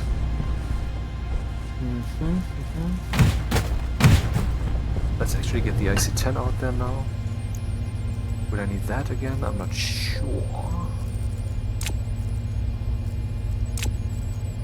I can slap that down and then forget about it.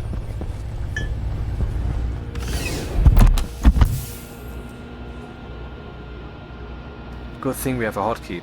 I wish there was also a hotkey to toggle all these on and off at the same time. That would be nice.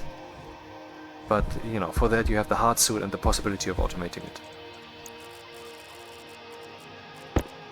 Where will I slap that one down? Over here, that makes sense visually, and it also expresses intention. Aha, yeah, then one cable comes from here, the other cable comes from the other circuit. Not a good thing. Here then. That makes sense. Chip be gone.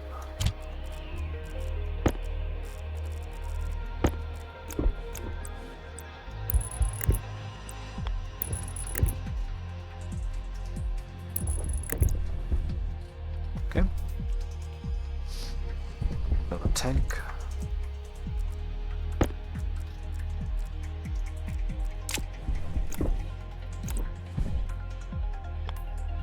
Damn it.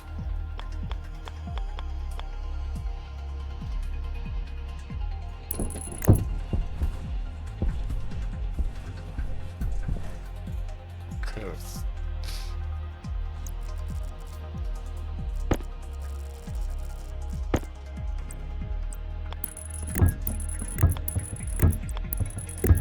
So that will be the volatiles tank that goes into the mixture. We need to cable that up still, and we need a source for those volatiles. What's going on here? Nothing. Let's change that instantaneously. And where is the crusher? Crusher. There's the crusher. I like it a lot. Yeah, but no, let's just save us this one pun. Then this should work. Is this safe enough? Yeah, why not? That should work.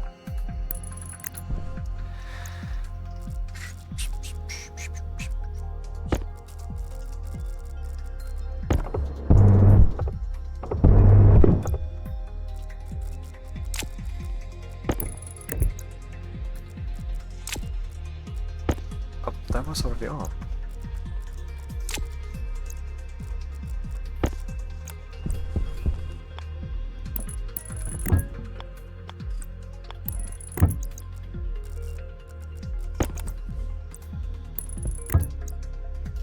volatiles tank, volatile source, mixer.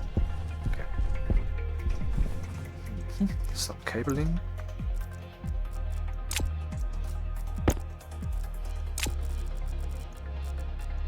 What would make the most sense? I guess through here.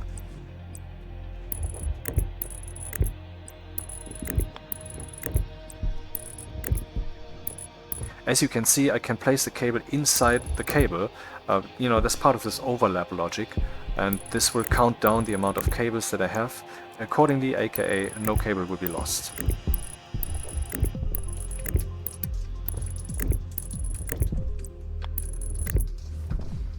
Crap.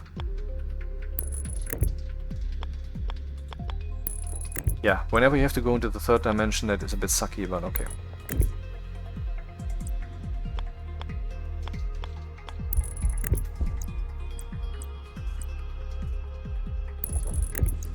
I never understood why supposedly time would be the fourth dimension.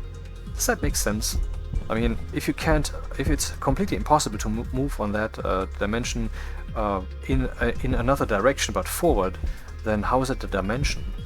Although supposedly tachyons can move backwards in time, but I don't know if that has ever been proved. Well, and then there's my personal take, which is there's only this moment. There is no time. There's only this moment, and it is alive. It is in motion, basically. And the idea of future and past, that's really only in our heads. I mean, a meteor already on its way to striking Earth, we know that will hit Earth, because the current moment is, there's the Earth, there's the meteor, there's the distance, there's the momentum, and then the moment is alive, and certainly the next form then evolves from the current form. But is there really a future? Is there really a fourth dimension? I don't think so. Anyway, so the crusher is not yet powered, because these things sadly do not generate electricity. How do I get that here in a semi-elegant way? Not at all, it appears, because I am out of cables. Really, heavy cables, you can't have too many of those. Nope. Let's see to that we get a big fucking stack.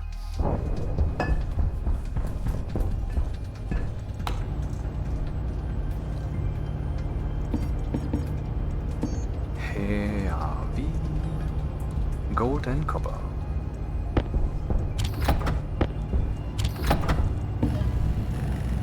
Five copper. Nope. Forbidden copper. Do we have some actual copper somewhere? Oh, do I need to go copper mining now? No, I don't.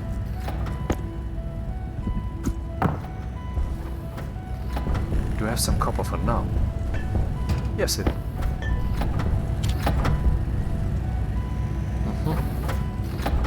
That's nice, that's fine. 7. Might be enough. Anyway, I've got more things to do out there.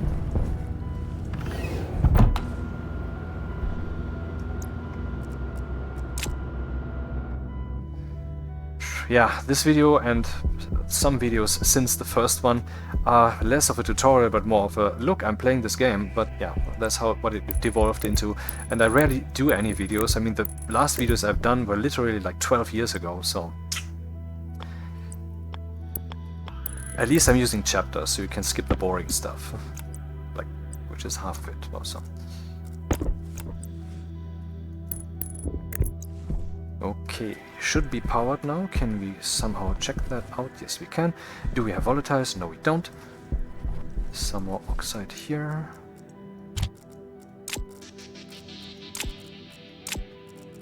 Actually, I could get rid of some of the gold here by carefully tossing it into the... Dude! I thought that would already grab it at that point. Huh, interesting. I guess half of it is sucking, the other half just looks nice. Other half is just for bouncing. Volatiles then.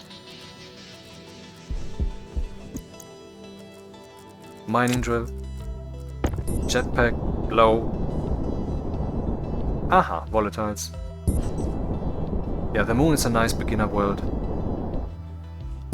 Resources are plenty.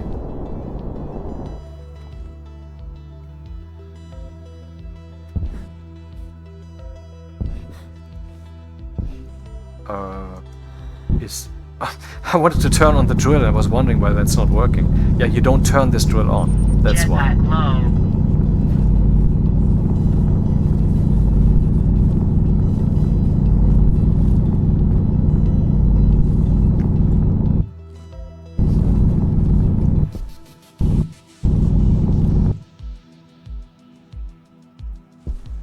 Haha, hab ich schon gewundert. 6 5 4 3 2 1. By the way, this this nitrize contains lots of nitrogen and I guess some other stuff. I'm not sure. Nitrous oxide. All right, that's stuff for the super powerful fuel, which is at the same time super fickle. That's really interesting stuff that I've never dealt with so far. So, I mean, I'm 600 hours in by now, possibly 700 hours, and yeah, this game is just like infinite. We really have to be fucking thankful for Dean Hall and his team that he pushed this forward and made this happen and made this idea happen, and that the team is tirelessly working on this, except for the Christmas holidays and such. I mean, god damn it, the world is richer for it. If you disagree, please explain yourself.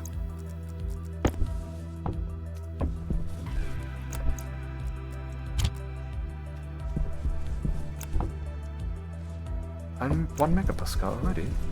Interesting. And why is this being farted around here? Did I give it momentum or was there some air movement? It must have been me.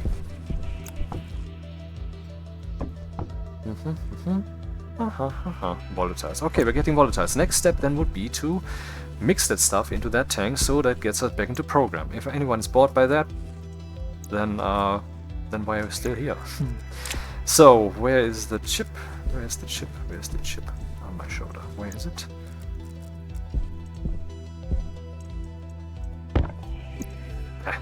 Okay, I guess that is one of those things that indeed lends itself to careful placing. Why does it not face me, man? You don't have to fear me. It's not what people imagine I am, you know? I'm different. So, import or export? Import, because we want to start with a clean slate. So, what we want to do is we want to install the pipe analyzer, which I think is piled up here somewhere. Or do I have it with me? I have it with me. I don't like its color. Yellow. Too colorful here. And then I want to know the mixture here. Pipe, cable. Oh, come on. Did I use up all the cables? Really? Just the last cable? Low.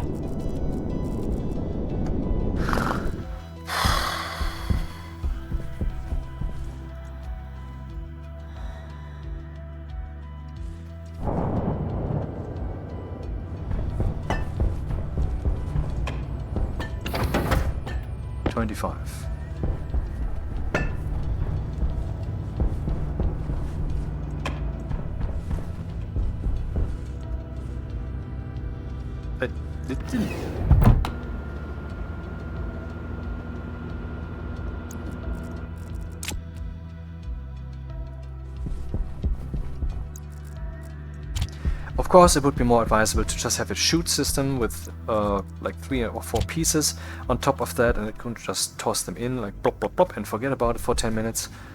But yeah, you know, I'm kind of an immediate experiment and turn the wheel so that something happens, guys. So yeah,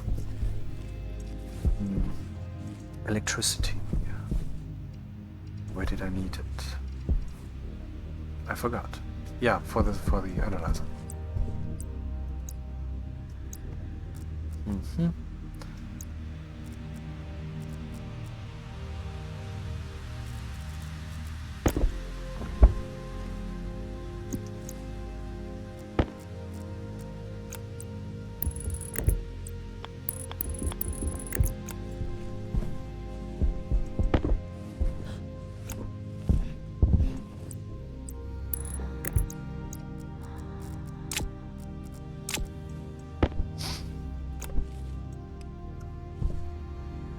Okay, now we need to consider that this network might contain other stuff that we don't want to affect, so I will use the naming concept once more.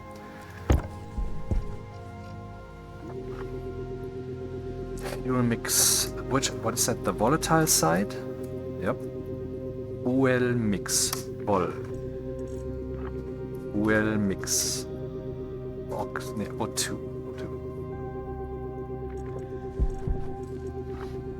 Fuel mix, anal. So, then the tank, not of relevance now.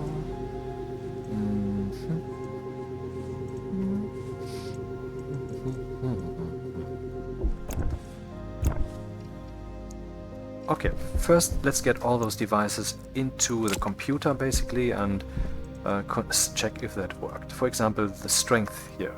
I want to adjust that.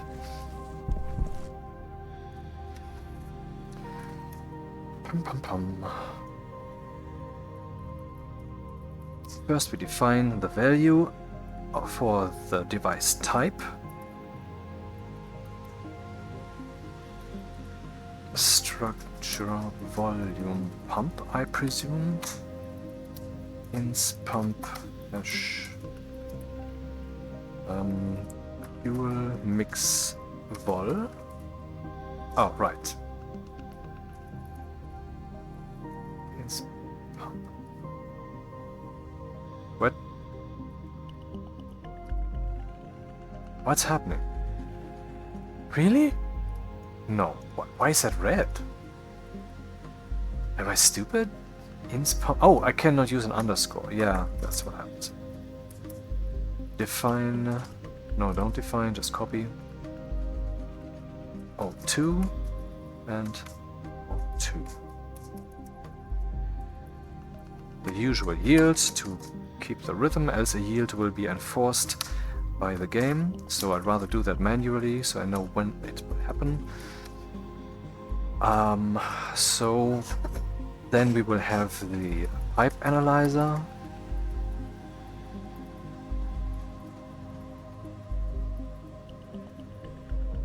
Fuel mix.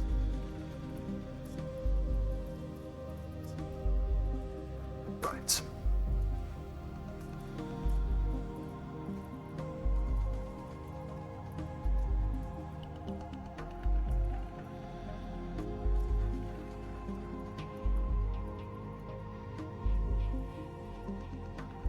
What am I doing?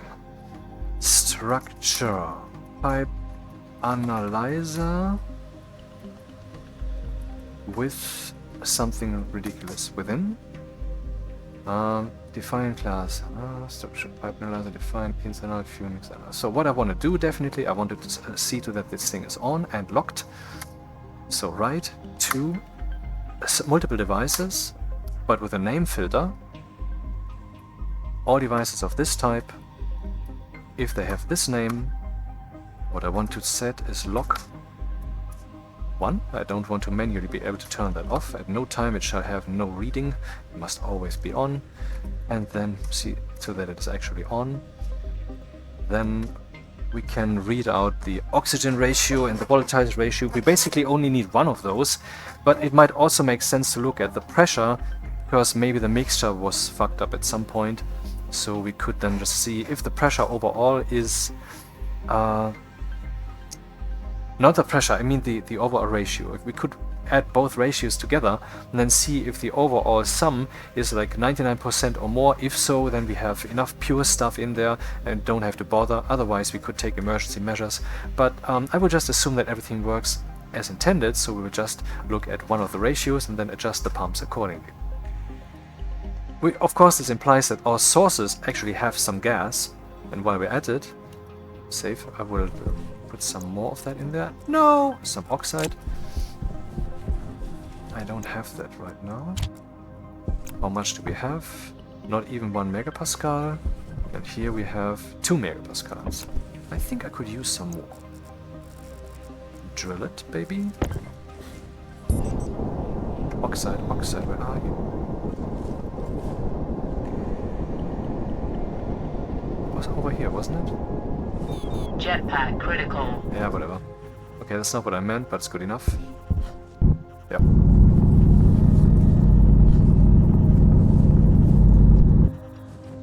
Huh.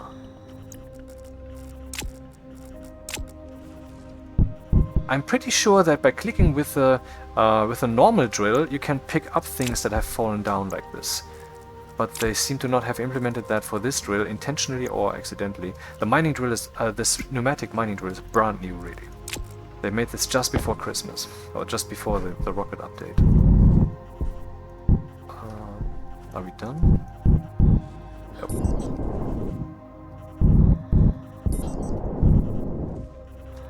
Lex Mirmosh. Where is the base? Okay, my jetpack is no longer working, except it is. Let's not waste that, but use it. Meanwhile, our station has a temperature of about 22 degrees Celsius, however that has happened.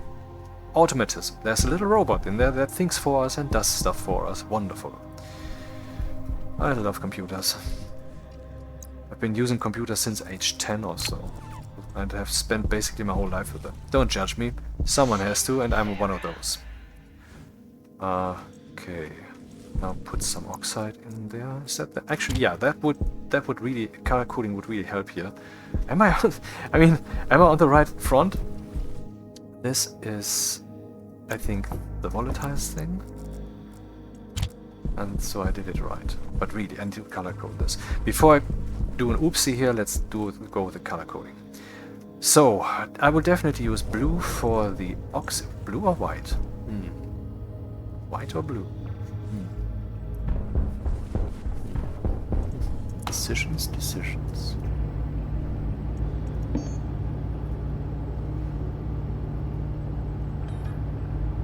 No iron?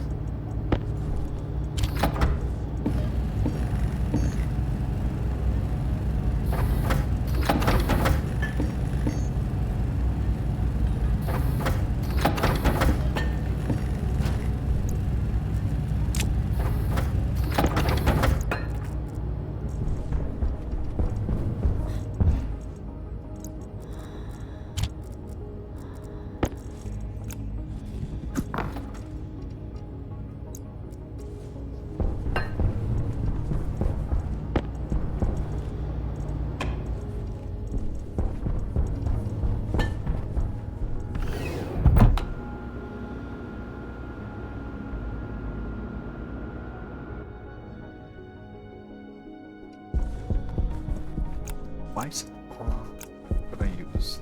I think I will go with red for the pure volatiles. Should have sprayed a stack of pipes. Oh, no, not that. Instead of individually, because, you know, wasting paint.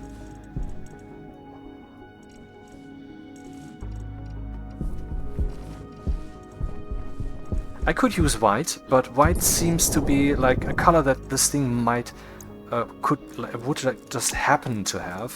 Of course, I know what I'm doing, right?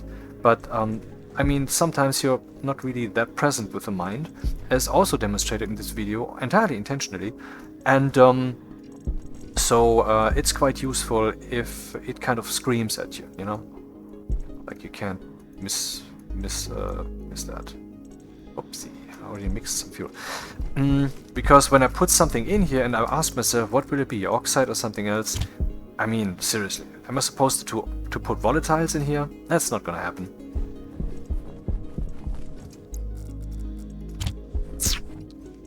Okay, blue, and this will... Is that?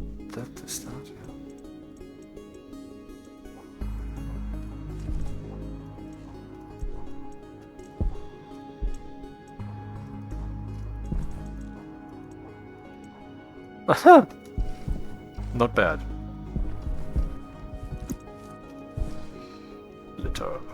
Literally correct. So that is red, and that is blue, and that is whatever color. Yeah, let's use white for that. Though classically, people use white for oxygen. Maybe I should use gray for that. I don't know.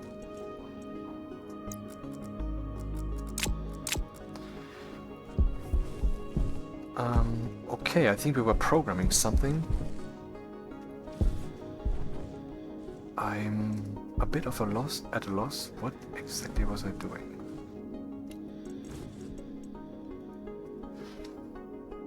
So, lock that thing. Then I want to check the pumps.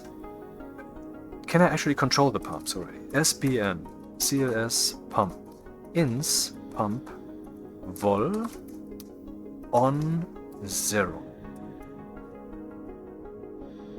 No, not vol, ox, because I already accidentally pumped some O2, and so this way I can manually turn that on, which will then cause some pollution. Basically, I mean, it causes a situation I don't want. Okay, that didn't help. The thing is not being turned off. What's the mistake?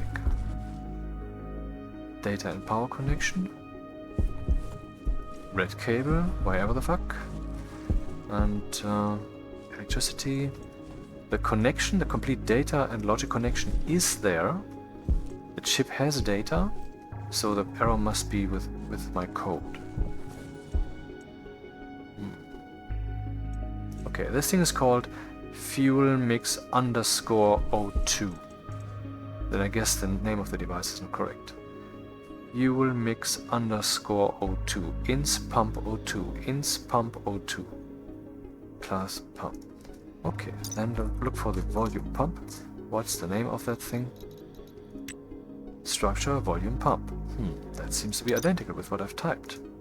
What's my mistake?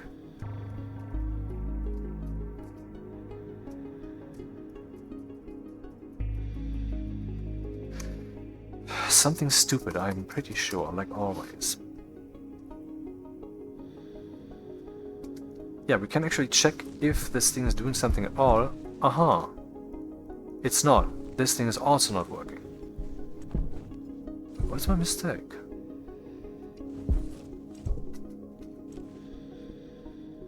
It's the same network. Fuel mix and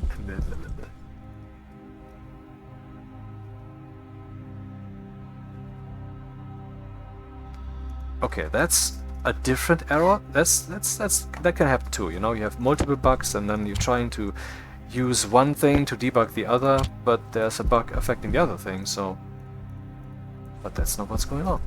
Damn it! Structure pipe. Is this even for gas? Guess so.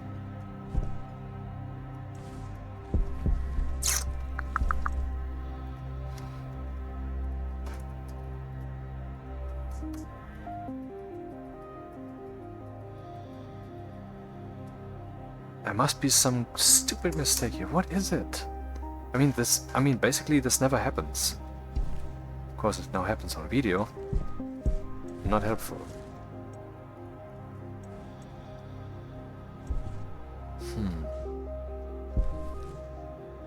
Is this connected to the same network? Let's ensure that. Cable, cable, cable, cable, cable, cable, cable, cable, cable. It is. Why can't it access these devices then?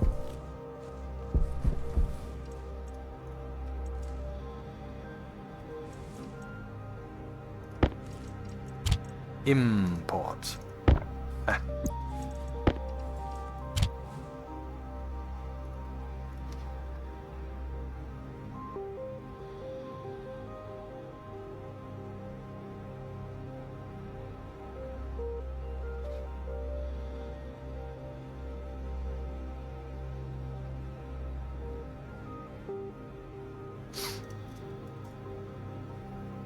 I can't see it. I don't get it. Oh. Okay, let's start with something very simple. Just write a value SDB setting 70 or 80. Yeah. Export. 18. Okay, so the chip is running the program. Why can it not access devices? Does this thing have a separate connection for logic? No, it doesn't.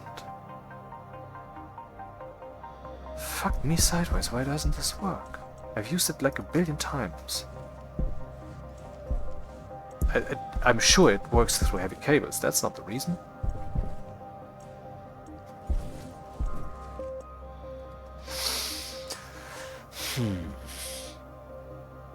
Stores register value to logic type on all output network.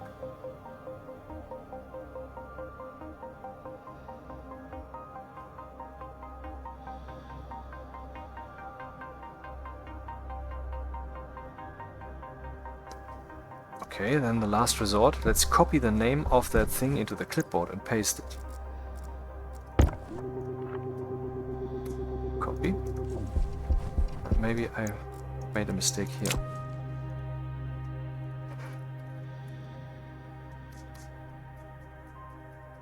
Not apparently, but maybe non-apparently.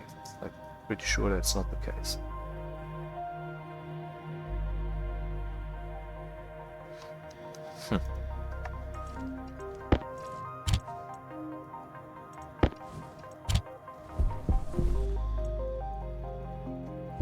Okay, I paused the video and hunt for the bug. One moment. Yeah, I said 1 moment and it was just 1 moment. I paused the video about half a minute ago and yeah, that's my blunder. I connected this part of all that stuff with the input side, and this thing here specifically separates power networks, so that was the mistake. Stupid! Anyway, now we fix that. Where is my clip tongue? Here.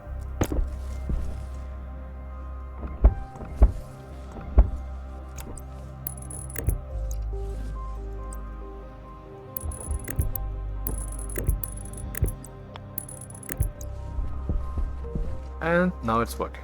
Okay, can I turn on the... Yeah, okay. So, wrong cabling.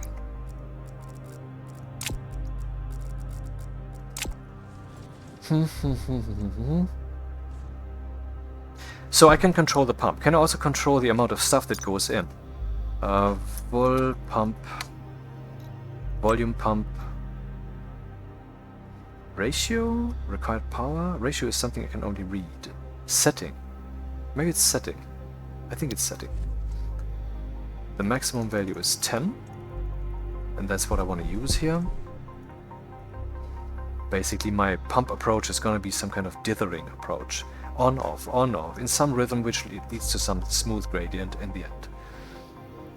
So on 0 and setting 10.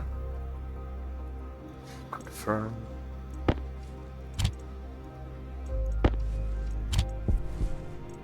Aha.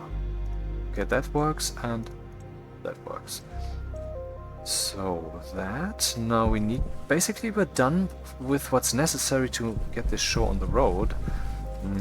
I mean programming wise. Now the interesting part begins. How much do we have? 3 megapascals of that, 2 megapascals of this. And there is some oxygen that I accidentally put in there, but you know, that's the thing. If I would be using a fuel mixture here, a mixer circuit, then I would get some result that is possibly good, but it wouldn't be interactive. It wouldn't know what's happening on the output side. But if I do it like this, the problem does not arise. Pipe analyzer. What I want to know is the ratio oxygen. Or the ratio volatiles. Ratio oxygen. Okay, that was my keyboard.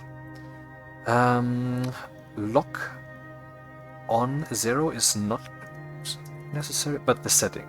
We always want to lock that, we always want to turn that on, we always want to set the setting of this to 10 and of that to 10. Then I want to know the information here. And I have to check if that is actually... No, I don't have to check. I'm already setting that on, so I know my access is working. So, load batch named from this thing. Alright, into the register ratio oxygen. Alias.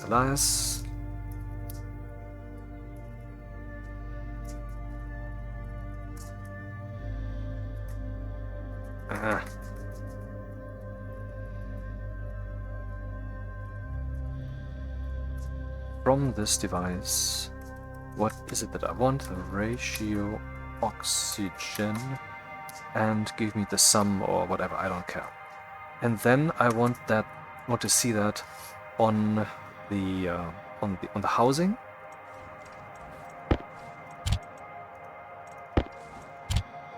And it's 1. Why? Because there's only oxygen in there, obviously.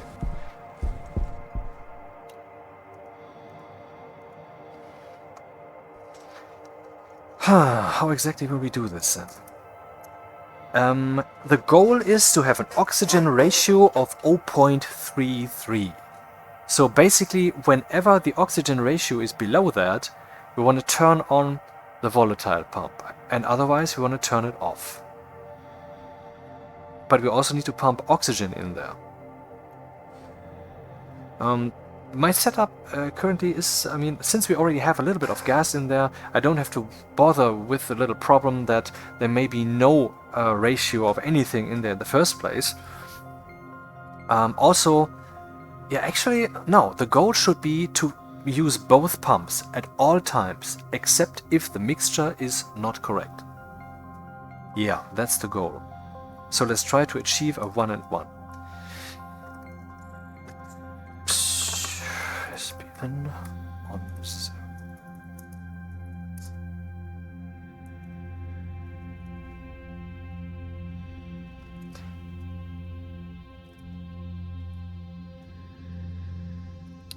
If branch if less than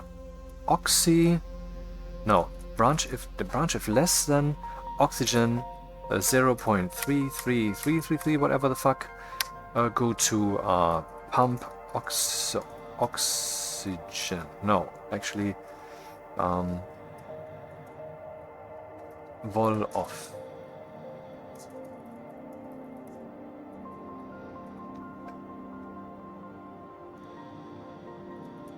Alias vol on.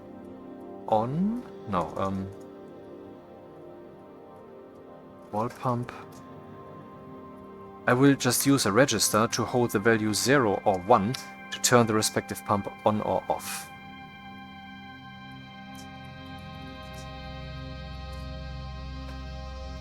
Wall pump or 2 pump.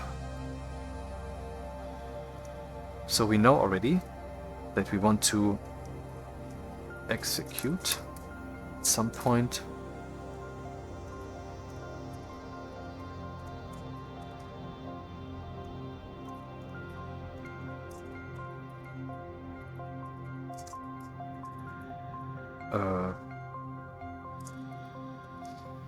okay, at the end we want to write that value, whatever value that may be, into these registers. What we have also decided is that we want to have both pumps on at all times if that is reasonable.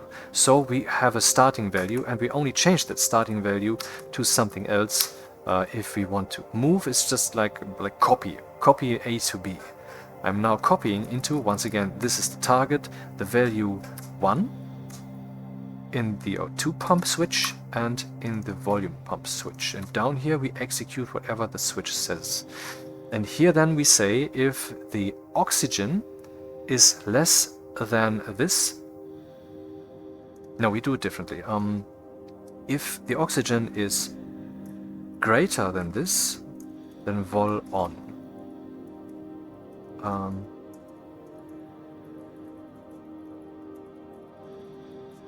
And here we turn volatiles on. So what happens now is it prepares an on value for both pumps. Then it checks if the oxygen ratio is too high. If the oxygen ratio is too high, then the volatiles should definitely stay on. Otherwise, the volatiles should be turned off. I wonder if this will lead to the correct outcome. Maybe I should have rather some kind of window here around this 0.33 stuff. Anyway, so if the oxygen ratio is too high, the volatiles definitely need to stay on, and otherwise they will be turned off. But this might lead to a mixture that always has too much oxygen. Particularly since I only have to pump less oxygen, maybe it was not the right approach to check for the oxygen here. Actually, yes, that would be rather elegant. We need a lot of volatiles. I can't think of it now. So, if there is too much oxygen, then just keep the volatile on. And if there's too little oxygen, then turn the volatiles off.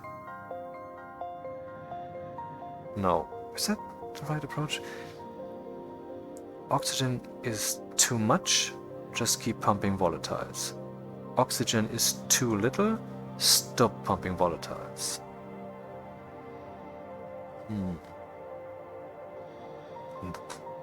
I have a little brain fart. Okay, let me retreat into my little thinking chamber. Pause. Okay, I mean, sometimes I really just need the feeling of being alone in my head, and so I came up with a solution rather quickly. I just like flipped this. If the oxygen is less than what it should be, then it stays on. Because if you just pump oxygen and volatiles at the same strength, we'll get a 1-to-1 mix. But we need a 2-to-1 mix. We need 2 volatiles and 1 oxygen. So the oxygen must never increase over this ratio, and if it does, I mean, if the oxygen is less than this, then just keep pumping oxygen. Jump right here. Else turn the oxygen pump off. And the other pump will just stay on all the time. There's just no switch for that at all. And that should actually work. I am not sure. Well, there's also the problem, what if the tanks are empty? Right? I mean, what's supposed to happen? If the volatiles tank is empty, then the oxygen will rise too much, and that will stop pumping oxygen. And if the oxygen pump is empty, yeah, that's a problem. That's a problem. We could actually have the problem of too many volatiles. By the way, I reduced this a little, so that we have some kind of wiggle room situation. So maybe we can also measure, just also load the volatile aspect into it and forget about the problem.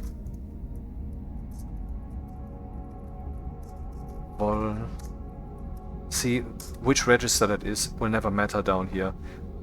It's very convenient to be able to change it like this. Oxy-vol pump. Let's also load the volatiles ratio, which should be theoretically 1 minus this, but oxy-volatiles, ratio volatiles. Yep. Okay, and now we will say basically the opposite of this. BLT vol 0.66 vol stays on, else we turn that off. Let's check the logic. If volatiles is less than this, then we need more of this, so we pump it, else we don't pump it. Okay, I think we're done.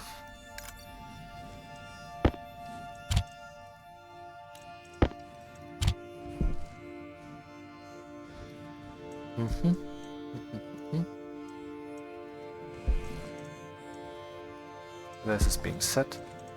That is being set, yeah. For some reason none of the pumps are pumping right now. Why? Haha, look at that! We have a fuel mixture. And it's a clean fuel mixture. I guess the problem is that I'm not, with the current code, not actually gunning for having both pumps on, It is realizing, oh, there's too much of this, then don't pump, or there's too much of that, then don't pump.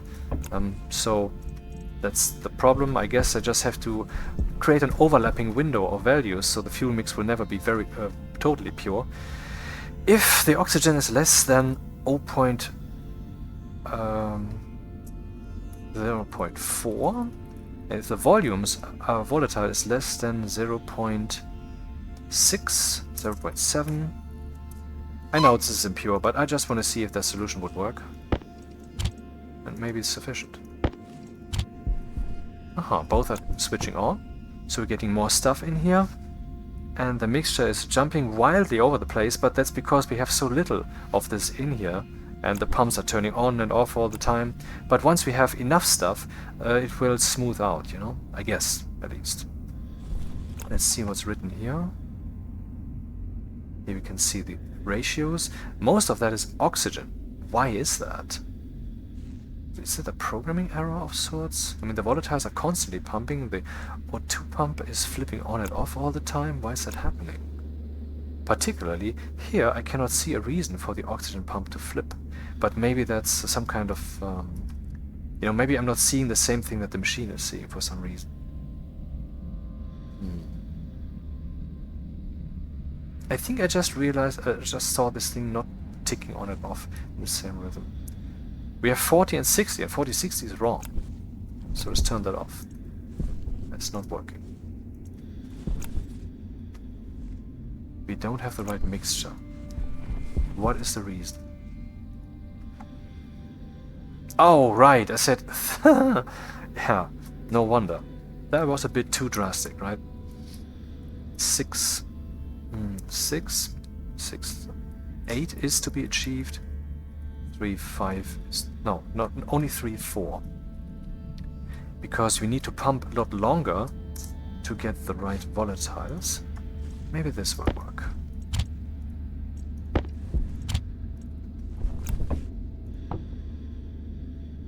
Okay, it's adjusting. Do we have enough resources left to actually do this? 3 megapascals, 1 megapascal, yeah, okay, we can keep watching. And we should see that this equalizes, kind of. Too much oxygen, too little volatiles. Oh, it's changing, it's changing. I mean, we have a mixture of 66 of this and 34 of that. That's not quite what we need. Let's see what the exact numbers are. Okay, oxygen is still a bit high. But we have a usable fuel mixture here, and if there's ever some aberration for whatever reason, then the device will self-stabilize. So, yeah. There's only a little problem. If I want to turn this off now, I have to... I could actually... Yeah, let's do that. Let's do that for fun. I will install a logic switch that allows me to turn the entire device off. Then we'll turn the pumps off. Let's do that just for the fuck of it. Switch. Copper.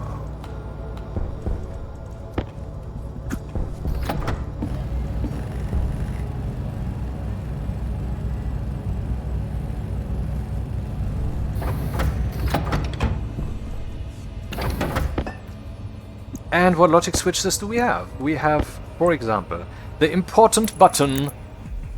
Why is it important? Well, you have to first open it, and then you can push it. You know, the classic. See Alien, only a bit less complex. And then we have like 2 other variants, I'm not sure. Oh, 5! Okay. That's the switch. Classic click-click switch. That might be applicable here, but I think since we have some kind of big important operation going on there, it would be cooler to have something more sophisticated. So, for example, the lever, I think that's the one we will use.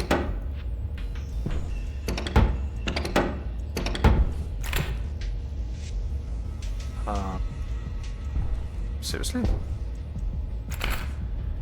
How do you deconstruct this? Crowbar?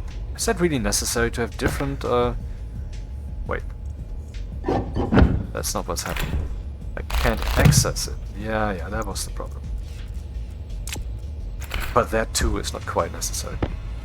Then we have the... Let's see.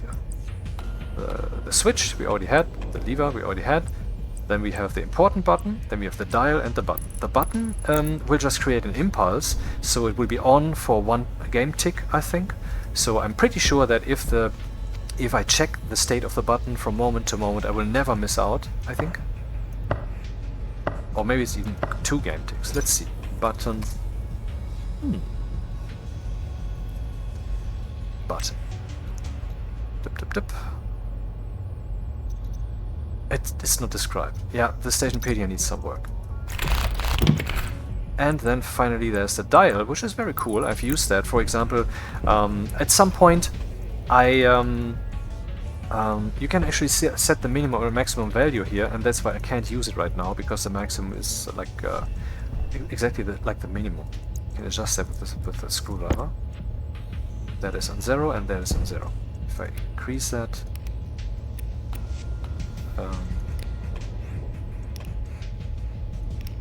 yeah, 0. Oh, the minimum is always 0 and the maximum can be adjusted. Now it can switch between two settings. Bit awkward, but I used that at some point. I said that we could possibly have some logic that automatically recharges our station batteries if they get too low, and I did that in one of my worlds where I then just adjusted the level that I wanted to achieve. And we will use the lever.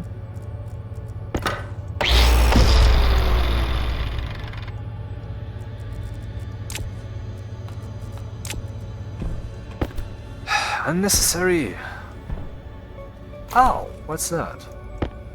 Copper. Makes you wonder how many treasures are buried beneath. So...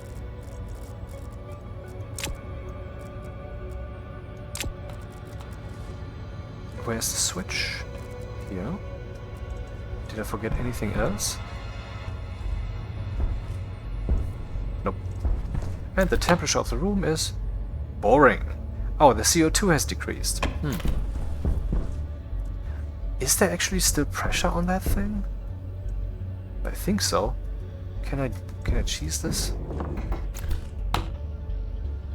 World? Ah, yeah. I saw it for a moment.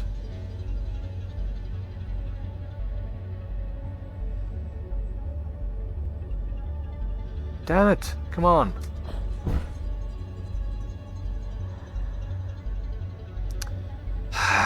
Another unnecessary moment.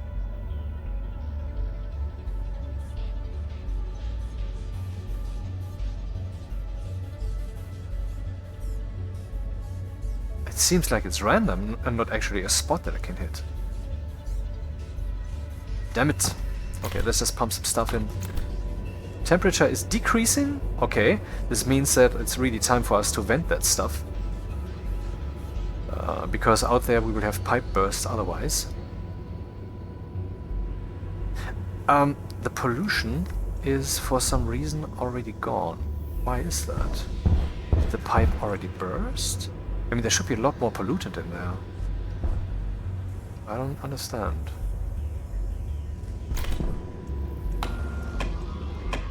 Which reminds me, we have this nice thing here from a demonstration earlier, the liquid drain. So I will just slap that on the pipe if it's still existing. And so next time I forget that, all the liquids will be vented to the atmosphere, and so we will have a lot more time. Because ultimately stuff will of course freeze. Hey, wait a minute. If it freezes, then it will first need to be liquid. And if it's liquid, it will come out here. So we will not have the problem. Passive liquid drain.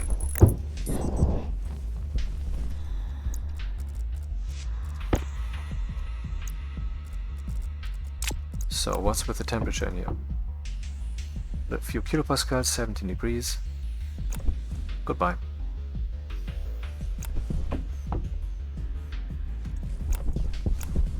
Now the switch, which will allow me to turn off the machine here, if I don't want to mix anymore. Where is the switch? Here. We put it right here. Lever. The lever is more expressive because you can see what on and off means. Of course you have to make the choice still as the designer of the circuit, but you know. I'm not sure if both sides have to be connected. I think it's just convenience that there are two connectors here.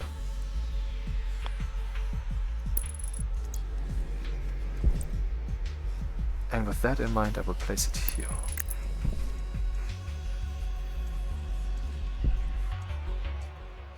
Oxygen low. What's happening? Nitrogen filter gone.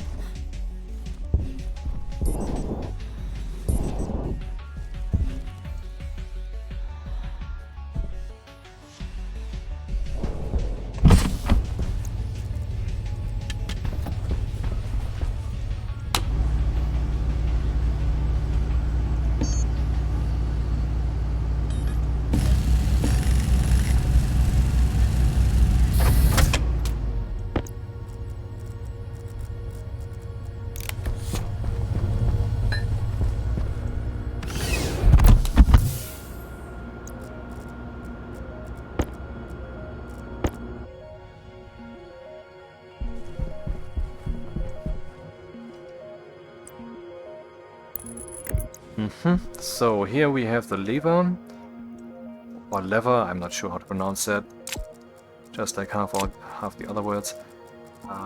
Where is the labeler? Fuel mix O2, fuel mix power. And yeah, let's copy that. Oopsie, let's copy that.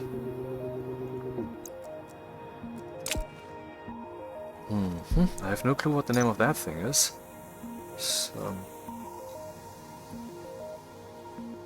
this is part of the kit logic switch, and the logic switch has, for example, the lever or lever, and here we have structure logic switch.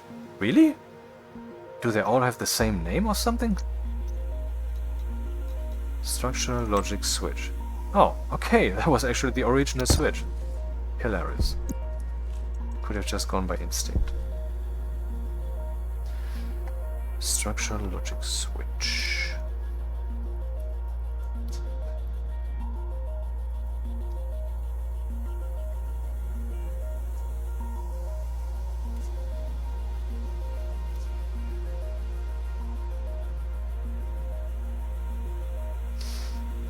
Now I don't know what exactly this, how this works, so I will just do an experiment.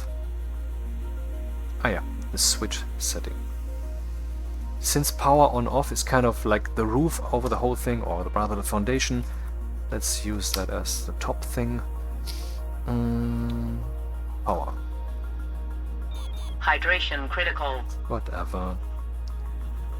Analyze power. Oh, power is probably reserved. Switch.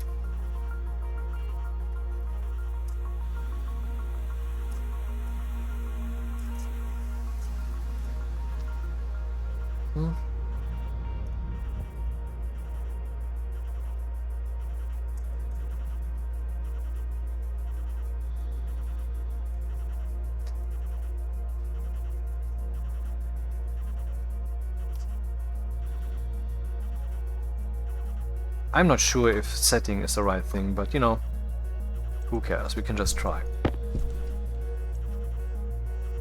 Yeah, there's only a little problem.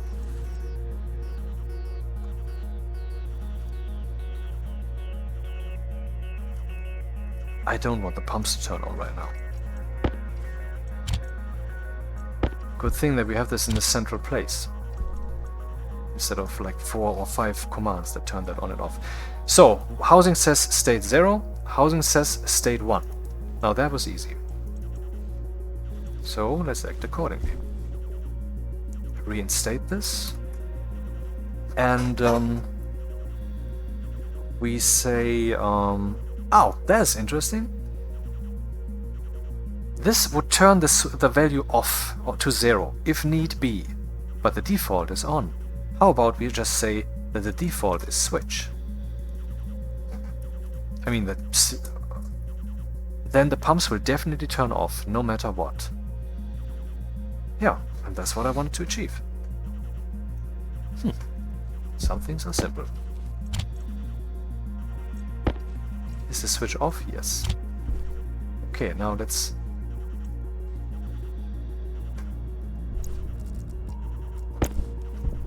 Fuel mix is... Hunger caution. Bit wild maybe, but I mean it's 1 megapascal and we're constantly pumping stuff in there with pumps that have been set to level 10, so I think at some point it will be less jumpy. Also, I mean, we can still adjust the source code.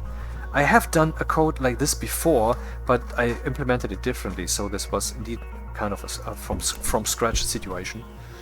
So let's turn that off, see what happens. Let's turn it on again.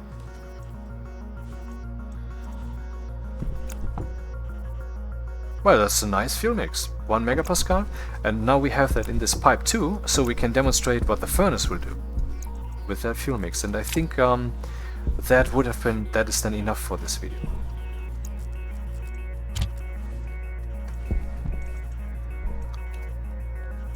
Okay, is there something in the furnace currently? Yes, there is something in there, and I will now vent this by turning this output pump dial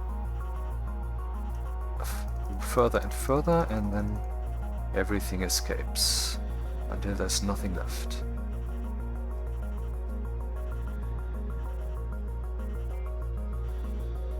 Gets slower and slower the less is in there, so we don't have to wait for the very last bit. Or do we? No, I will turn this off. Okay. But there's no combustion going on in there, I would assume, after all this time. Now let's do this and turn it off again. Now we have in there a mixture of some volatiles and some O2. It's not quite even, probably because of stuff that was still in there. Now we have a nice fuel-ish mixture, and of course how fast this pump gets the stuff into this thing depends, we have just seen that with the exhaust pump, on the amount of pressure that we have here. So if this has high pressure, like 20-40 megapascals, then turning this thing on for just a moment to level 10 will pump in a lot of stuff. We can also press the modifier key, which is R for me, to just turn it off turn it on very slightly. But you have to be careful. Now we have fuel mix in here, and you might think, oh, and there's not enough heat, let's turn it off further. No, let's not. Let's first ignite it. Now it's ignited. 1000 degrees, some kilopascals, and with this thing then we can rather conveniently smelt stuff. Let's turn the fuel mixer on again. And this is off, that is off. I will turn that off too, though that doesn't really matter, just consume some electricity. And so it keeps pumping up this tank with a nice fuel mix, and hypothetically, when the tanks are empty, it will not even just completely go one way or completely the other way, but it will just stop. Yeah, that's it for today.